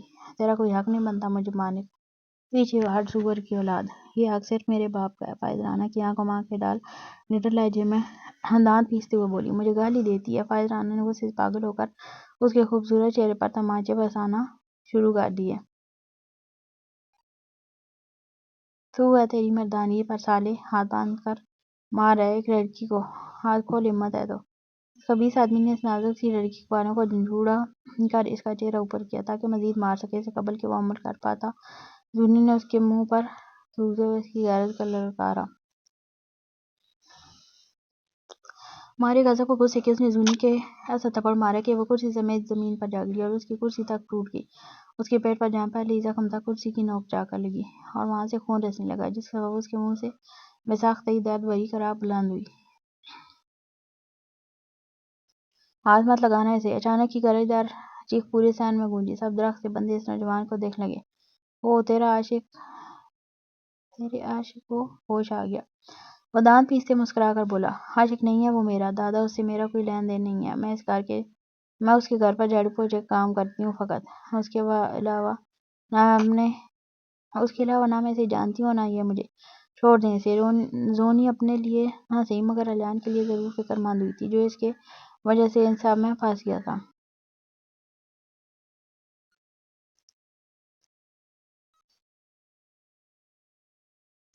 حرامزادی اپنے عاشق کو بچا رہی ہے، فیض بخش طنزیہ بول رہا تھا۔ کھولو مجھے، ہم بات کرتے ہیں پہلے۔ الیان نے خود کو آزاد کرنے کی کوشش میں پھڑپڑاتے ہوئے ابراہیم بخش کی جانب مخاطب ہو کر کہا۔ وہ ابراہیم بخش کو نہیں جانتا تھا اور نہ ہی وہاں موجود کسی اور شخص کو، مگر جس طرح ابراہیم بخش تخت پر آرام سے ٹیک لگائے بیٹھا تھا، اسے دیکھ کوئی بھی بتا سکتا تھا کہ یہ سب اسی کی اجازت سے چل رہا ہے یہاں۔ وہی ان سب کا کرتا دھرتا ہے۔ بات تب کرتے جب تو میرے گھر رشتہ لے کر آتا، نہ کہ میری بیٹی کو یوں راتوں رات بھگا لے جاتا کمینے۔ ابراہیم بخش اس کی بات سن کر غصے سے تلملا اٹھے تھے، پھر اس سے نار آ گیا۔ ایک جس میں الیان تک پہنچا۔ اس نے الیان کو جانوروں کی طرح مارنا شروع کر دیا۔ ابا اس نے کچھ نہیں کیا، اسے چھوڑ دو، جو کرنا ہے میرے ساتھ کرو۔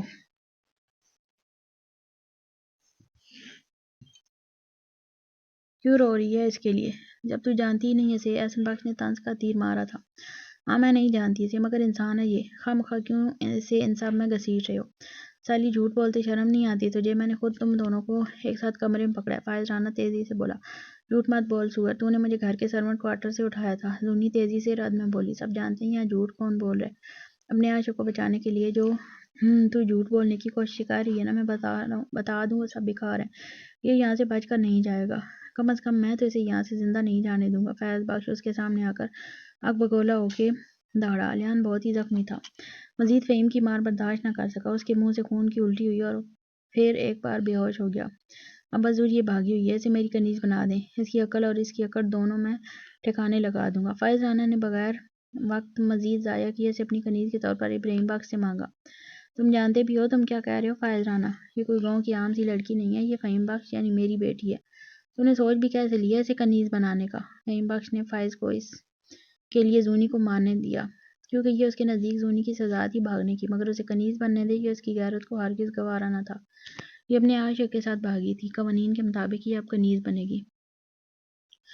پھر وہ ابراہیم بخش کی جانب متوجہ ہوا۔ یاد ہے آپ کو ابا حضور، آپ نے گاؤں میں کھڑے ہو کر بڑی پنچایت میں کہا تھا، اگر حویلی کی بیٹی بھی بھاگے گی تو اس کو بھی یہی سزا دیں گے جو اس لڑکی کو دے رہے تھے۔ اب آپ اپنے الفاظ سے پیچھے ہٹنے والوں میں سے نہیں۔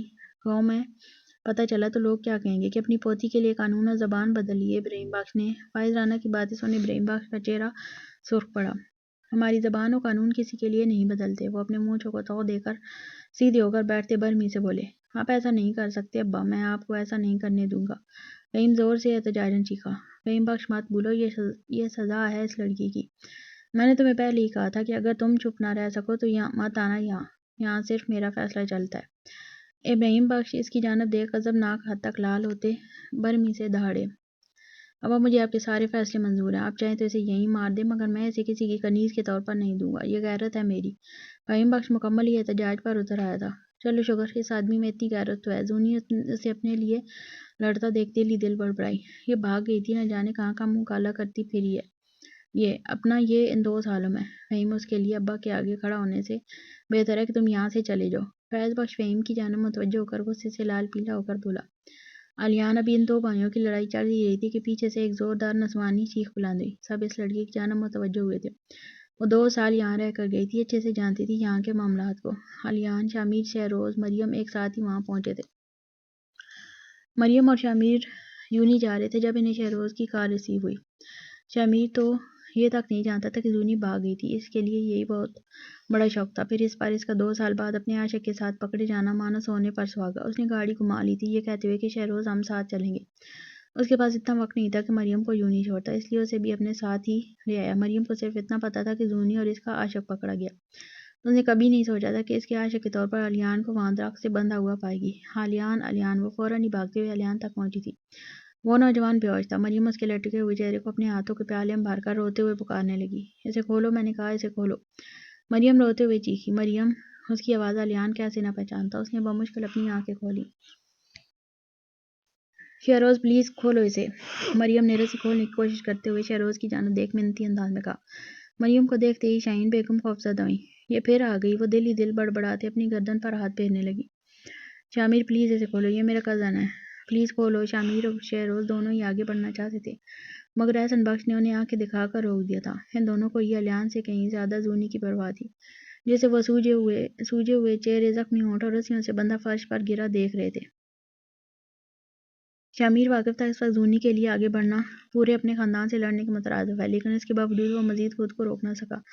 شامیر وہ بھی 2-3 قدم بڑھا ہی تھا کہ احسن بخش نے پیچھے سے اس کا نام برمی سے پکارا مگر وہ نہ روکا۔ تم ٹھیک ہو؟ اس نے زونی کو رسی کھولتے ہوئے پوچھا۔ شامیر پیچھے ہٹو۔ فائز رانا نے فوراً اس کا ہاتھ پکڑ کر روکا تھا۔ ہاتھ ہٹاؤ اپنا پھپھا۔ شامیر کی آنکھوں سے آگ کے شعلے نکلتے محسوس کیے فائز رانا نے۔ شامیر پیچھے ہٹ جاؤ۔ اس پر آواز اس کے والد کی تھی۔ اس نے پیچھے پلٹ کر دیکھا تو ابراہیم بخش، اس کے والد اور فیض بخش سب اسے ہی گھور رہے تھے۔ وہ بھی جانتا تھا کہ زونی کی مدد کرنا اس وقت ایسا ہی ہے جیسے ان کے مخالف کھڑے ہو جانا۔ اس نے ایک بار پھر زونی کی جانب دیکھا۔ اور رسیوں سے بندھی لڑکی ایک وقت اس کا کرش تھی، مانا آج وہ اپنے دل میں اس کے لیے وہ جذبات نہیں پا رہا تھا، لیکن پھر بھی اسے اس حال میں چھوڑ کر جانے کے لیے راضی نہیں تھا۔ دادا، میں زونی کا منگیتر ہوں اور میں چاہتا ہوں آپ زونی کو میرے حوالے کر دیں۔ شامیر کشمکش میں مبتلا تھا اس لمحے، اس کے باوجود اس نے زونی کو کھولنے سے اپنے ہاتھ نہ روکے۔ احسن بخش غصے سے شامیر کی جانب بڑھے تو شہروز ان کے راستے میں آ کر اپنے دادا کی جانب مخاطب ہو کر تیزی سے بولا۔ میں خود سنبھال لوں گا دادا، مجھ پر بھروسہ کریں۔ اس نے جیسے خود پر اعتماد دلانے کی کوشش کی تھی جو بہت ضروری تھا اس لمحے۔ شہروز عقل کے ناخن لو، یہ اب پہلے جیسی نہیں رہی، یہ بھاگی ہوئی ہے 2 سال سے، نہ جانے کہاں کہاں اس نے اپنا منہ کالا کیا ہے۔ تم اب اسے اپنی منگیتر کہہ رہے ہو؟ احسن صاحب شہروز کو دیکھ برمی سے سمجھانے لگے۔ ہاں ابا، شہروز کو زونی کی ذمہ داری سونپ دیں۔ زونی کو رسیوں سے آزاد کر اپنے ساتھ لگا کر کھڑا کرتا شامیر اپنے والد کی جانب دیکھتے نرمی سے گویا ہوا۔ زونی اور فہیم بخش دونوں نے اس لمحے اس بات کو نوٹ کر لیا تھا کہ شہروز یا شامیر میں سے کسی ایک نے بھی زونی کے لیے باندی کا لفظ استعمال نہیں کیا تھا، صرف ذمہ داری مانگی تھی اس کی۔ مریم نے بڑی مشکل سے علیان کی رسی کھول دی تھی۔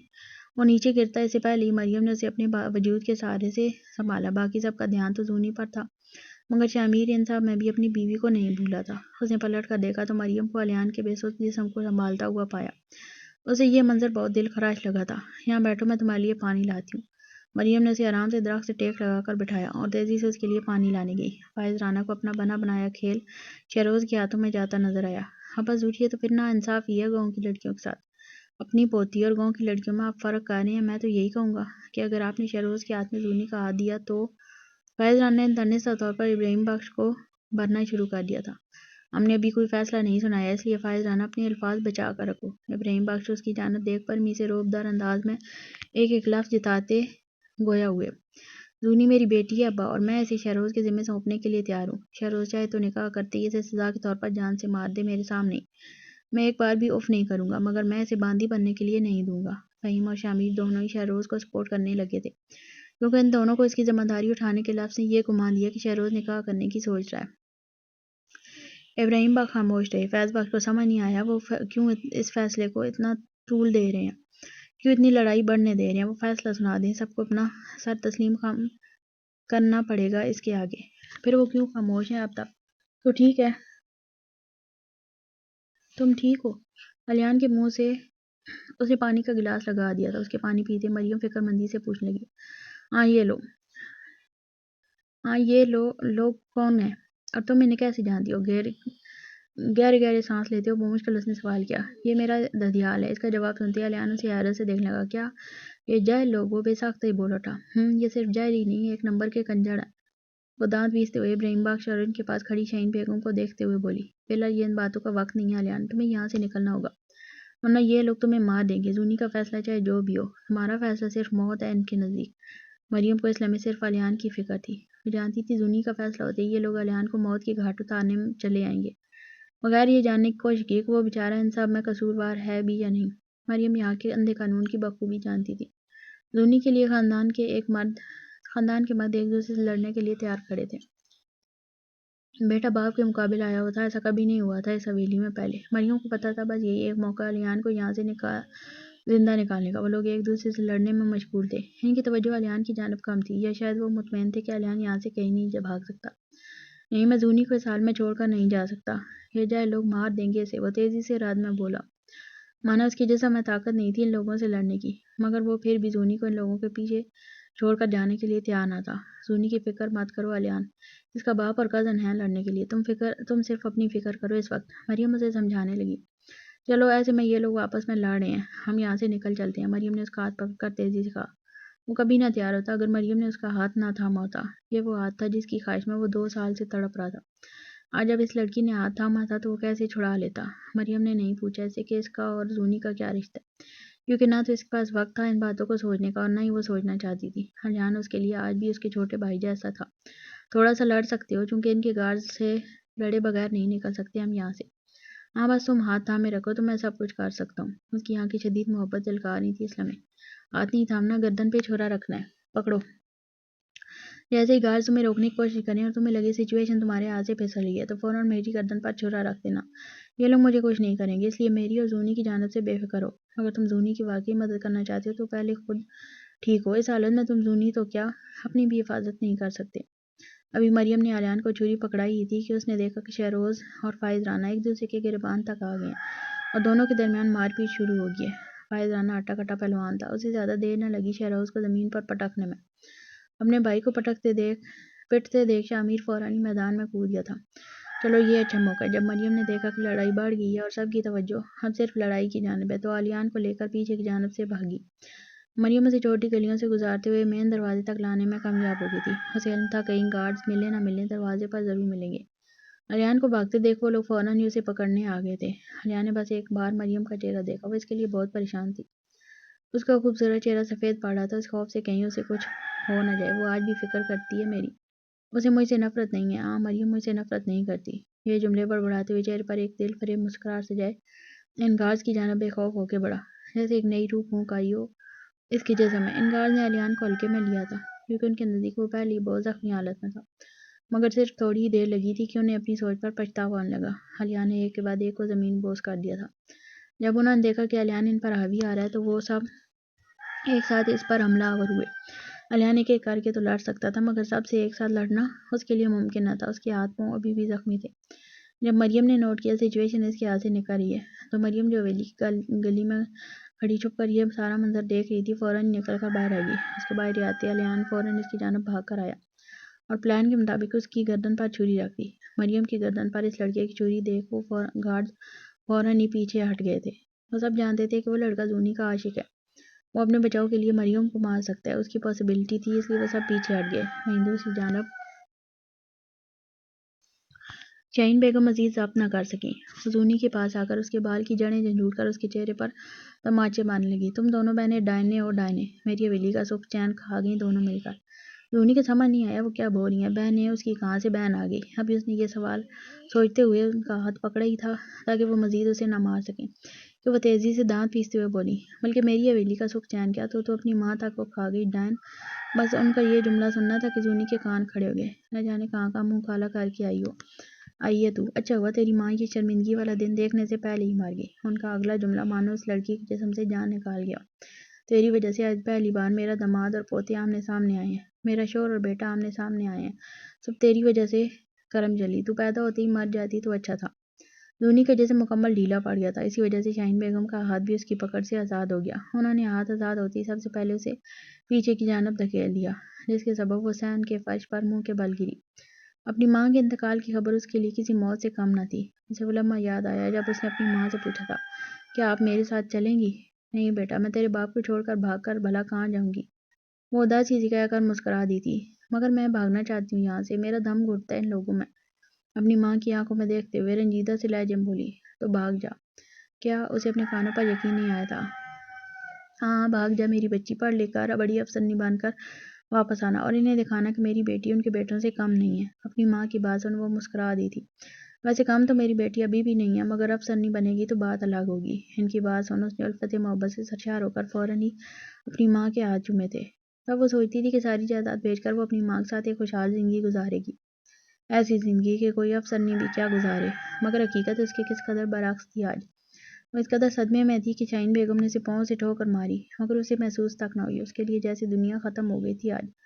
اس کے جینے کا مقصد ختم ہو گیا تھا۔ وہ اپنی ماں کا فخر بننا چاہتی تھی ہمیشہ سے۔ اس کا جسم بالکل بے جان ہو گیا تھا، آنکھیں سونی و ویران۔ وہ بد نصیب تھی جسے آخری بار اپنی ماں کا دیدار تک نصیب نہیں ہوا تھا۔ ہاتھ مت لگائیں اسے۔ شاہین بیگم جیسے اسے آج مار مار کے ہی ختم کر دینا چاہتی تھی۔ وہ جاہل عورت نہیں دیکھ رہی تھی کہ اس کی لاتیں کہاں کہاں لگ رہی ہیں۔ وہ بس اندھا دھند مارے چلے جا رہی تھی اور وہ لڑکی چپ چاپ کھا رہی تھی۔ اس کے پیٹ کے مقام سے خون تیزی سے رسنے لگا حتیٰ کہ فرش پر پھیلا۔ اس کے ہونٹ و گال پھٹ چکے تھے، اسے خون نکلتا الگ ہی نمایاں تھا۔ وہ لڑکی اس قدر بری حالت میں تھی کہ کوئی بھی اسے دیکھ کر ترس کھا جاتا، مگر اس کی اپنی دادی کھانے کے لیے تیار نہ تھی۔ فہیم زندگی میں دوسری بار ان کے اور ابراہیم بخش کی آنکھوں میں آیا تھا، پہلے کومل کے لیے اور آج اپنی بیٹی زونی کے لیے۔ انہوں نے کومل کو بے دردی سے گلا گھونٹ کر اپنے ہاتھوں سے مار دیا تھا، ہسپتال میں جہاں وہ سیڑھیوں سے گرنے کے بعد بھی زندہ بچ گئی تھی، اور اب وہ زونی کو بھی مارنے کے لیے تیار کھڑی تھی۔ انہیں نہیں خبر مریم کہاں سے آئی، مگر اگلے ہی لمحے وہ مکمل زونی پر چھا گئی تھی، جیسے کوئی بڑی بہن اپنی چھوٹی بہن پہ قربان ہونے چلی آئی ہو۔ اسے علم تھا وہ شاہین بیگم سے نہیں لڑ سکتی، اس کے باوجود وہ اپنی بہن کے لیے لڑنے آئی تھی۔ تو ہٹ اس کے پاس سے۔ زونی کی تائی رانی بیگم فوراً ہی آ کر مریم کو بالوں سے پکڑ کر کھینچتی ہوئی زونی سے اسے دور لے گئیں۔ ایک طرف مردوں کی لڑائی طول پکڑی تھی تو دوسری جانب شاہین بیگم زونی کو مارنے پہ تول آئی تھی، اور اس کام میں ان کا ساتھ رانی بیگم دینے لگی۔ مریم نے جیسے تیسے کر کے خود کو رانی بیگم کی پکڑ سے آزاد کرانے کی کوشش کر رہی تھی کہ اس کی ساس بھی آ کر اسے پکڑ کر کھڑی ہو گئی۔ شامیر کی ماں تو چاہتی یہی تھی کہ زونی مر جائے اور فہیم کی جائیداد کا سارا حصہ مریم کو مل جائے، تاکہ جائیداد کا سب سے بڑا حصہ ان کے بیٹے شامیر کے پاس ہو۔ امی چھوڑے مجھے، وہ مار دیں گی زونی کو، وہ بے بسی سے چیخی۔ مریم بہت دبلی پتلی سی لڑکی تھی، جبکہ اس کی ساس اور رانی بیگم دونوں ہی صحت مند عورتیں۔ ان سے اس نازک جان کا کیا مقابلہ۔ یہ سارا تماشا ابراہیم بخش آرام سے بیٹھ کر دیکھ رہا تھا۔ فیض بخش کو آج اپنے باپ کی سمجھ نہیں آ رہی تھی، آخر وہ چاہ کیا رہا تھا، کیوں وہ یہ سب روک نہیں رہا تھا۔ فائز رانا اسی کے شے پر اچھل رہا تھا، ورنہ اس کی مجال نہیں تھی کہ ابراہیم بخش کے پوتوں کے منہ کو آتا۔ شامیر نے فائز کو چت کر ڈالا تھا مار مار کر۔ اگر فیض بخش اور اس کی پھپھو اسے نہ روکتے تو یقیناً آج اسے جان سے ہی مار دیتا۔ وہ لڑکی بے جان جسم و پتھریلی آنکھوں کے ساتھ اپنے سامنے کا منظر دیکھ رہی تھی۔ اسے نہیں علم وہ اور کتنی دیر جینے والی تھی، یا کتنی دیر اور برداشت کر سکتی تھی، مگر یہ سکون تھا دل کو کہ بہت جلد اپنی ماں سے مل لے گی، جس سے ملنے کی خواہش میں اس کا دل تڑپ رہا تھا۔ آہستہ آہستہ اس کی آنکھوں کے آگے دھندلا پن چھانے لگا۔ اپنی ماں کو ایک اچھی زندگی دینے کا خواب تو کجا، وہ تو ان کے خواب کے مطابق افسرنی بھی نہ بن سکی، اور یہ سوچتے ہوئے اس کی آنکھیں بند ہونے لگیں۔ دادی! اچانک ایک گرجدار آواز پورے صحن میں گونجی۔ سب کی توجہ اس آواز کی جانب از خود ہی مرکوز ہو گئی تھی۔ کالے کرتے میں ملبوس ہوا نوجوان لمبے قدم بھرتا تیزی سے اس بے جان لڑکی کے پاس آیا تھا۔ زو، آنکھیں کھولو زو۔ اسے دیکھتے ہی شاہین بیگم مارے حیرت کے خود ہی پیچھے ہٹیں۔ شامیر، شہروز، فہیم اور باقی سب مددگار کی توجہ امن کے چیخنے پر اب جا کر زونی کی جانب آئی تھی۔ ابراہیم بخش کے چہرے پر امن کو دیکھتے ہی پراسرار مسکراہٹ ہونٹوں کے کناروں پر بکھر آئی۔ زو، میں نے کہا آنکھیں کھولو زو۔ اس کے زخمی جسم کو اپنی باہوں میں بھر کر وہ روتے ہوئے چیخنے لگا۔ ماضی کی یاد۔ عافیہ کو چھوڑنے کے بعد وہ واپس زونی کو لینے الیان کے مینشن گیا تھا، مگر وہاں کے حالات دیکھ اس کے احسان خطا ہوئے۔ دانش جو وہاں پہ زخمی حالت میں پڑا تھا، اس نے بتایا کہ کچھ لوگ آئے تھے زونی کو لے جانے۔ الیان اسے بچانے کے لیے بہت لڑا، مگر انہوں نے فائر کرنا شروع کر دیا۔ وہ زونی کو اپنے ساتھ اٹھا لے گئے اور ساتھ ساتھ الیان کو بھی۔ دانش کی بات سننے کے بعد امن بخوبی جانتا تھا کہ یہ کام کون کر سکتا ہے۔ اس کا ڈر سامنے آیا تھا۔ وہ لوگ آخر زونی کو پکڑ کر لے گئے تھے۔ وہ دانش کے ساتھ ہی حویلی پہنچا۔ گاڑی میں امن کو بیٹھا دیکھ چوکیداروں نے فوراً ہی دروازہ کھول دیا تھا۔ جب ان کی گاڑی اندر داخل ہوئی تو انہوں نے مریم اور الیان کو ایک ساتھ پایا۔ کچھ اس حالت میں کہ الیان کی چھری مریم کی گردن پر تھی۔ دانش نے امن کو بتا دیا تھا راستے میں کہ الیان کی گاڑی کا زونی نے نقصان کیا تھا، جس کی بھرپائی کرنے کے لیے وہ اس کے گھر میں جھاڑو پوچھے کا کام کرتی ہے۔ امن کو کوئی دھچکا نہیں لگا تھا یہ جان کے کہ الیان ایک جوان لڑکا ہے، نہ کہ کوئی 12 سالہ بچہ، کیونکہ وہ زونی کی شخصیت سے بخوبی واقفیت رکھتا تھا اور زونی کے جھوٹ اس کے لیے کوئی نئی بات نہیں تھے، کیونکہ الیان نے مدد کی تھی زونی کو بچانے میں۔ اس لیے الیان کو یہاں سے نکالنا امن کو اپنا فرض معلوم ہوا۔ دانش کو گاڑی سمیت دیکھتے ہی الیان کی آنکھیں چمکی تھیں۔ سب پیچھے ہٹ جاؤ، وہ اپنے ساتھ گارڈز لے کر آئے تھے۔ لیکن ان کی ضرورت نہ پڑی، صرف امن کے کہتے ہی وہ سب الیان سے خود ہی پیچھے ہٹ گئے۔ الیان کو گاڑی میں بیٹھا کر وہ وہیں کھڑا رہا، حتیٰ کہ ان کی گاڑی آنکھوں سے اوجھل ہو گئی، کیونکہ اسے ڈر لگتا کہیں ایسا نہ ہو کہ وہ اندر چلا جائے اور یہ لوگ پھر الیان کو پیچھے سے پکڑ لیں، جبکہ مریم تیزی سے اندر واپس بھاگ گئی تھی، کیونکہ اسے اپنے شوہر کی فکر لاحق تھی۔ وہ اپنے شوہر کو فائز رانا سے لڑتا ہوا دیکھ کر آئی تھی۔ اگر امن کو علم ہوتا کہ اس کی ہر ایک لمحے کی دیری زونی کو موت کے قریب پہنچا رہی ہے تو یقیناً وہ وہاں نہ رکتا۔ حال امن میرا بیٹا۔ امن کو دیکھتے ہی رانی بیگم فوراً ہی مریم کو چھوڑ تیزی سے اپنے بیٹے کی جانب لپکی نہیں۔ فیض بخش کی بھی آنکھیں چمک اٹھی تھیں۔ اپنے بیٹے کو 2 سال بعد واپس حویلی میں یوں اچانک دیکھ، اس نے قسم کھائی تھی وہ دوبارہ یہاں نہیں آئے گا، مگر وہ آیا۔ اسے تو آنا ہی تھا، آخر اس کی جان پر جو بن آئی تھی۔ زو آنکھیں کھولو، زو۔ اسے اپنے ارد گرد کسی کی پرواہ نہیں تھی، پرواہ تھی تو صرف اس لڑکی کی جو بے جان سی اس کی باہوں میں پڑی تھی۔ اس کے جسم کا وہ کون سا حصہ تھا جو زخمی نہ تھا؟ گاؤں کی لڑکیوں کو تو پھر باندھی بنایا جاتا، مگر اس بیچاری کو تو جانوروں کی طرح مارنے پر تل گئے تھے۔ دور رہیں، رانی بیگم ابھی اس کے گلے لگتی ہیں۔ اس سے پہلے ہی وہ ان کی جانب نظر اٹھا کر نفرت سے دیکھ کر دورت بھرے لہجے میں بولا۔ زونی آنکھیں نہیں کھول رہی تھی، جس کی وجہ سے وہ ڈر گیا تھا۔ زونی، شامیر فوراً ہی اس کے پاس آیا تھا، پیچھے پیچھے شہروز بھی۔ گاڑی نکالو جلدی، اسے ہسپتال لے کر جانا ہوگا۔ امن نے شامیر سے مخاطب ہو کر اجلت سے کہا تو وہ تیزی سے اس بات میں سر ہلا کر باہر کی جانب جانے لگا۔ امن اس بے جان گڑیا کے زخمی وجود کو اپنی باہوں میں بھر کر کھڑا ہوا، اسے ہسپتال لے جانے کی نیت سے۔ جو کس نے اجازت دی تمہیں ہماری پوتی کو یہاں سے لے جانے کی؟ ابراہیم بخش اپنے مقام سے کھڑے ہو کر امن کی جانب دیکھ سنجیدگی سے پوچھنے لگا۔ ان کی بات سن شامیر کے قدم بھی از خود رکے۔ وہ جانتا تھا ابراہیم بخش کی اجازت کے بغیر زونی کو اسپتال نہیں لے جا سکتے، اور کسی طرح لے بھی گئے تو اسپتال والے نہیں لیں گے۔ دادا، اس کی حالت بہت خراب ہے، خون بہت بہہ رہا ہے۔ شامیر نے تیزی سے ابراہیم بخش سے مخاطب ہو کر پریشان لہجے میں کہا۔ آپ روک سکتے ہیں تو روک لیں۔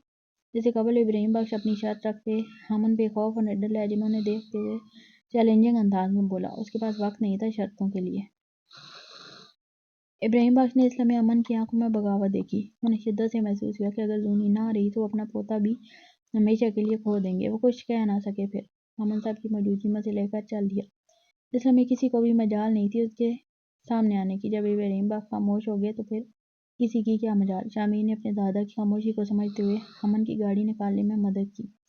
شامیر گاڑی ڈرائیو کرتے ہوئے بیک ویو مرر سے مسلسل اس نوجوان کو دیکھ رہا تھا، جس کا چہرہ سفید پڑ گیا تھا۔ اس کا چہرہ دیکھ کوئی بھی بتا سکتا تھا کہ جان نکل رہی تھی اس کی۔ زو، اس نے اپنے سینے سے اس کے نازک و زخمی وجود کو لگایا۔ اس لڑکی نے کیا کچھ نہیں کیا تھا اس کے ساتھ۔ محبت میں دھوکہ دیا، اس کی جائیداد لے لی، عین نکاح کے وقت غائب ہو گئی۔ ان سب کے باوجود وہ اس سے محبت کرنا نہیں چھوڑ پایا تھا۔ گویا محبت میں اعتبار کی بھی شرط نہیں، گویا محبت میں بدل کی بھی شرط نہیں۔ محبت بڑی بے نیاز ہے۔ جو لوگ اعتبار اور بدل کی شرط کے ساتھ محبت کرتے ہیں وہ محبت نہیں کرتے، وہ تو سودا کرتے ہیں۔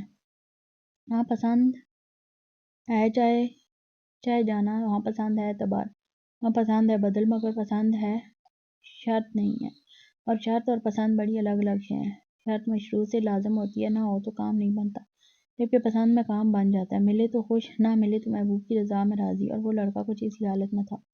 وہ راضی تھا کہ تمہارے چاہنے یا نہ چاہنے سے مجھے فرق نہیں پڑتا، میں تو ٹوٹ کے چاہوں گا، پلیز اٹھو زو۔ وہ اسے سینے سے لگائے خوانسا آواز میں بولا۔ اس کی آنکھیں لہو رنگ تھیں۔ ہر گزرتا لمحہ اس کی جان پر شدید بھاری تھا۔ شامیر واقف تھا کہ امن زونی سے محبت کرتا ہے، مگر اس قدر دیوانگی کی حد تک کرتا ہے اسے واقفیت نہیں تھی۔ اس کی تو صرف آنکھیں ہی بتانے کے لیے کافی تھیں کہ وہ اس وقت اس شدید قرب میں مبتلا ہے۔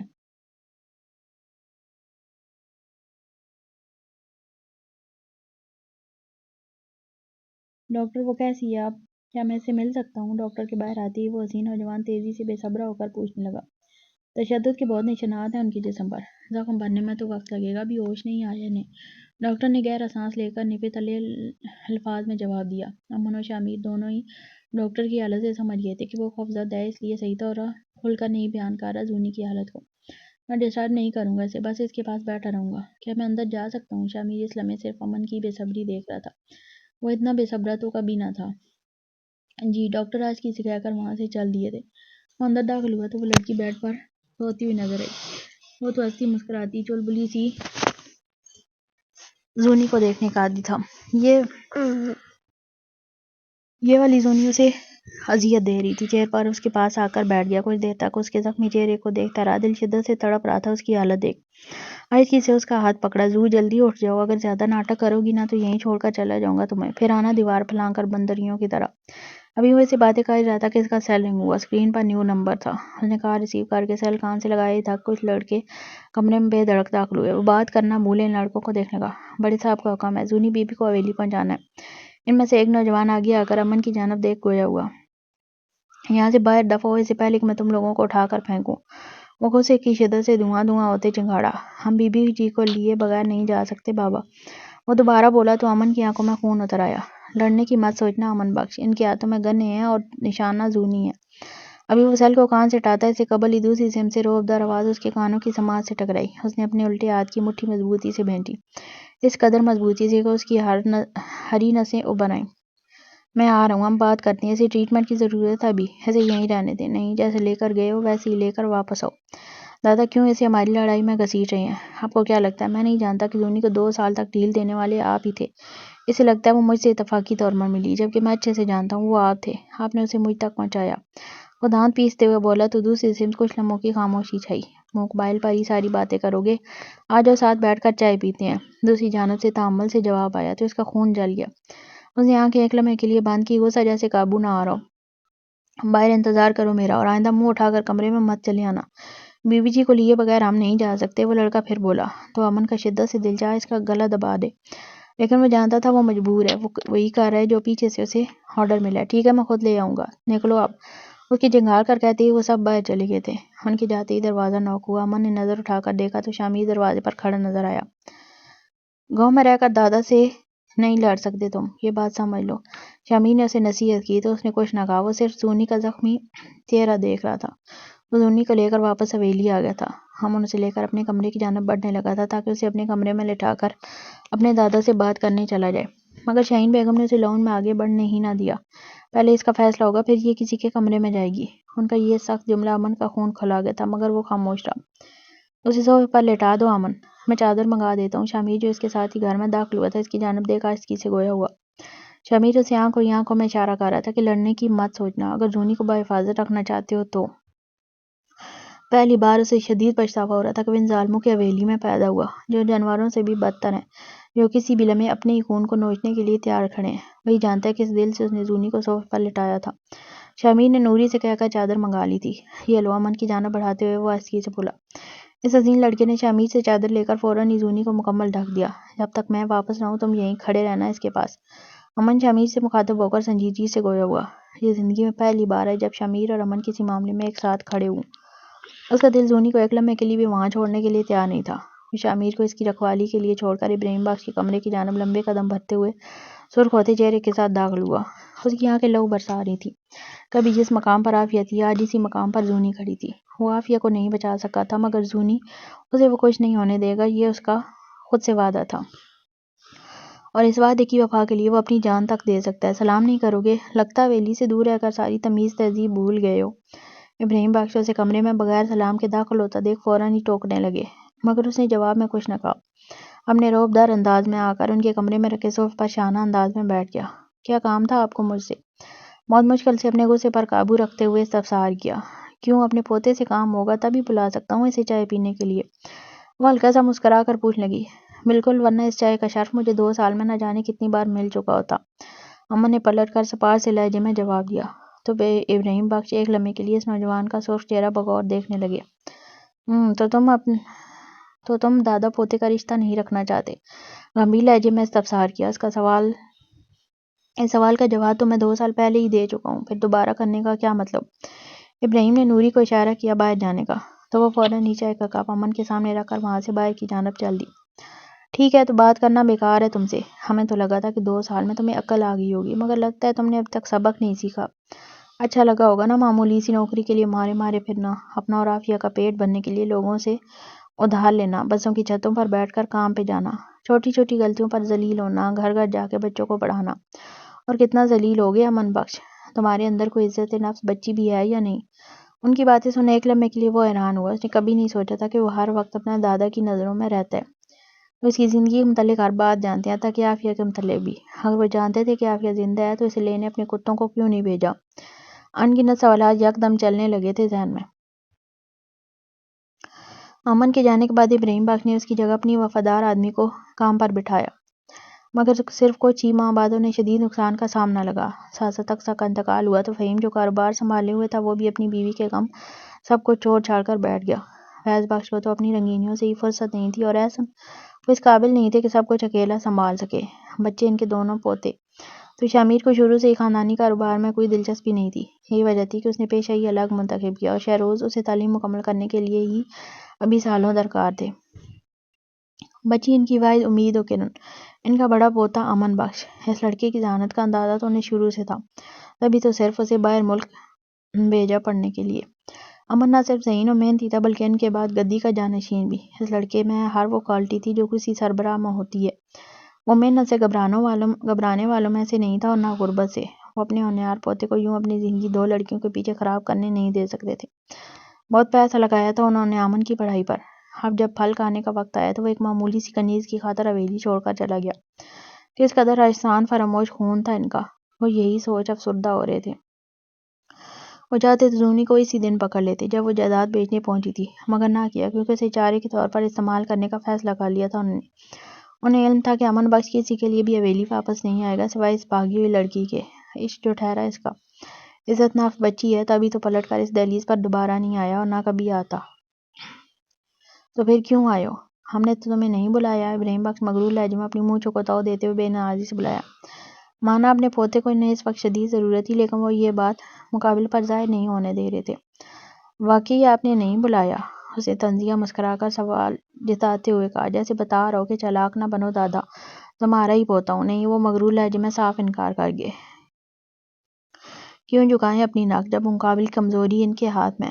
تبھی جس دن میں نے زو کو گھر کے دروازے سے داخل ہونے دیا، اس کے دوسرے دن ہی وہ پکڑی گئی۔ محض اتفاق تو نہیں ہو سکتا نا یہ؟ امن دانت پیس کر نہایت تأمل سے جتاتے ہوئے پوچھنے لگا۔ پتہ نہیں ہمیں، فی الحال یہ فالتو کی باتیں ہیں۔ اسے پکڑے جانا ہی تھا، آج نہیں تو کل۔ کب تک بھاگ سکتی تھی وہ؟ ابراہیم بخش لاپرواہی سے بولے۔ وہ کسی صورت قبول کرنے کے لیے تیار نہیں تھے کہ امن کو سب واپس بلانے کے لیے انہیں زونی کا چارے کی طرح استعمال کیا ہے۔ تم جانا چاہو تو جا سکتے ہو، ہم نے ابھی بھی نہیں روکا تمہیں، مگر یاد رکھنا تمہارے جاتے ہی زونی کو باندھی بنا دیا جائے گا، اور میں اسے کسی کا مخصوص نہیں کروں گا، کیونکہ اس حرامزادی نے نہ صرف بھاگنے کی بلکہ ہماری جائیداد بیچنے کی بھی کوشش کی ہے۔ اس کی سزا دگنی ہوگی باقی سب سے۔ اسے ہم عبرت کا نشان بنا دیں گے باقی حویلی کی آنے والی نسلوں کے لیے، کہ کوئی بھی حویلی کی بیٹی بھاگنے سے پہلے اس کا انجام یاد کر تھر تھر کانپنے لگے۔ اور تم جانتے ہو ہمارے لیے یہ سب کرنا مشکل نہیں۔ وہ خاصا اکڑ کر کہنے لگے تو امن کے دماغ کی نسیں ابھر آئیں۔ کیا چاہتے ہیں مجھ سے؟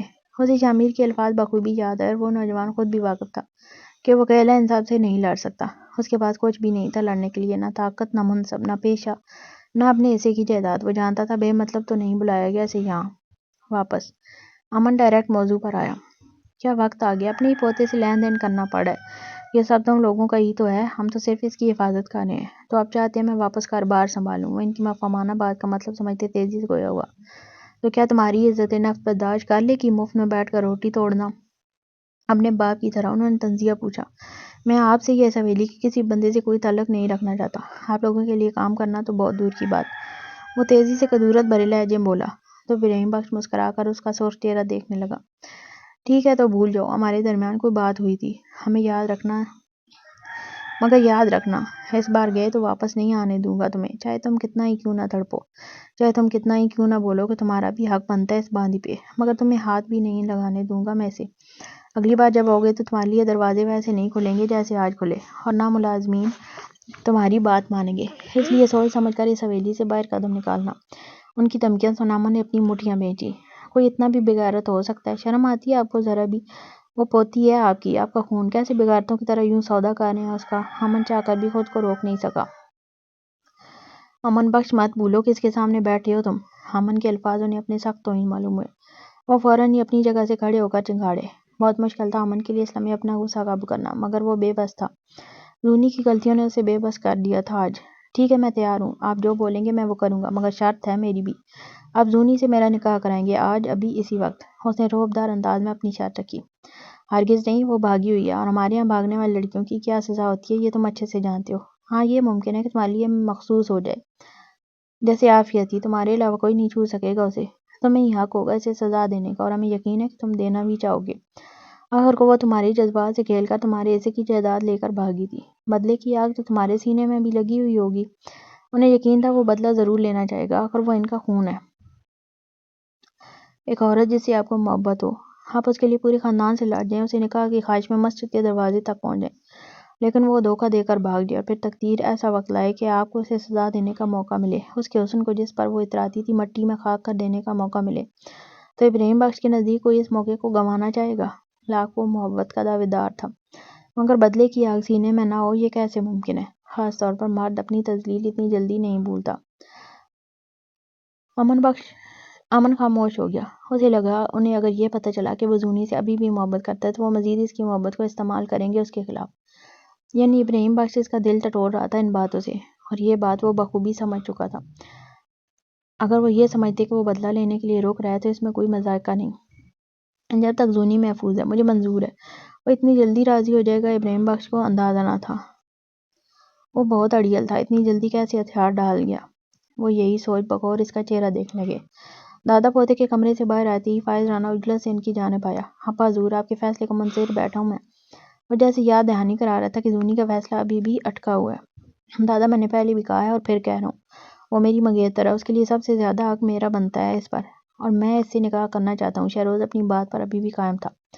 ٹھیک ہے، کیونکہ تم منگیتر تھے اس لیے سب سے زیادہ حق بھی تمہارا ہے اس پر، لیکن اگر تم اسے نکاح کرتے ہو تو ہم تمہیں سپورٹ نہیں کریں گے، کیونکہ تم ہمارے قانون کی خلاف ورزی کر رہے ہو اس بھاگی ہوئی لڑکی سے نکاح کر کے جو سزا کی حقدار ہے۔ اب جب کہ تم اسے نکاح کر رہے ہو تو پھر ہم وہ سزا بھی تم پر عائد کرتے ہیں۔ ہم اسے جہیز کے طور پر کچھ نہیں دینے والے، ہاں تک کہ اس کی جائیداد کا حصہ بھی نہیں۔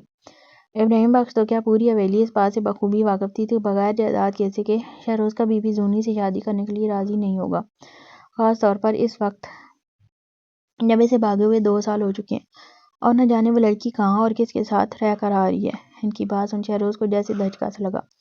جائیداد کے بغیر زونی اس کے کس کام کی؟ وہ کیا کرے گا اس سے شادی کر کے؟ وہ تو اس سے محبت تک نہیں کرتا۔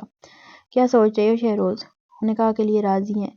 ہاں کہو جلدی۔ شامیر اس کے پاس آ کر اس کے کندھے پر ہاتھ رکھ اجلت سے گویا ہوا۔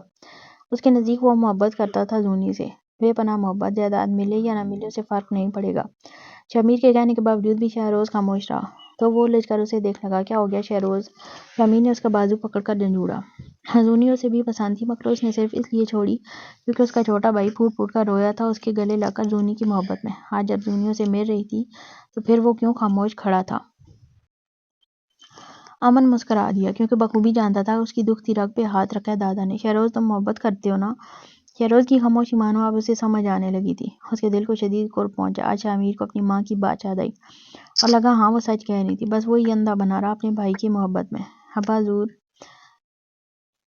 اس کے ابھی فائز رانا کچھ کہتا ہے اس سے قبل ہی شامیر شہروز کا ہاتھ چھوڑ تیزی سے دانت پیستے ہوئے اپنے دادا کی جانب دیکھ گویا ہوا۔ آپ اسے میرے نکاح میں دے دیں، مجھے بغیر جہیز کے منظور ہے وہ۔ اگر وہ زونی کو باندھی بننے سے بچا سکتا ہے تو وہ بخوشی راضی تھا اسے دوسرا نکاح کرنے کے لیے۔ بس اس کا یہ کہنا تھا کہ پیچھے سے برتن گرنے کی آواز آئی، جس پر سب پیچھے کی جانب متوجہ ہوئے۔ شامیر نے بھی پلٹ کر دیکھا۔ وہ برتن مریم کے ہاتھ سے گرے تھے، جن میں وہ زونی کے لیے سوپ بنا کر لائی تھی۔ مریم نے کچھ نہ کہا، لیکن اس کی آنکھیں وہ شدید شکوہ کرتی معلوم ہوئی۔ مریم کے چہرے پر ایک دل جلی سی مسکان بکھر آئی۔ شامیر شرمندہ سا ہو گیا، اس کے دل میں کوئی پرانی محبت کو پانے کی نیت نہ تھی، وہ صرف زونی کو باندھی بننے سے بچا رہا تھا۔ نہیں، تم اس کے منگیتر نہیں ہو، اس لیے تمہارا زونی پر کوئی حق نہیں، اور پھر ویسے بھی 2 علاقائی بہنیں ایک آدمی کے نکاح میں بیک وقت جمع نہیں ہو سکتی۔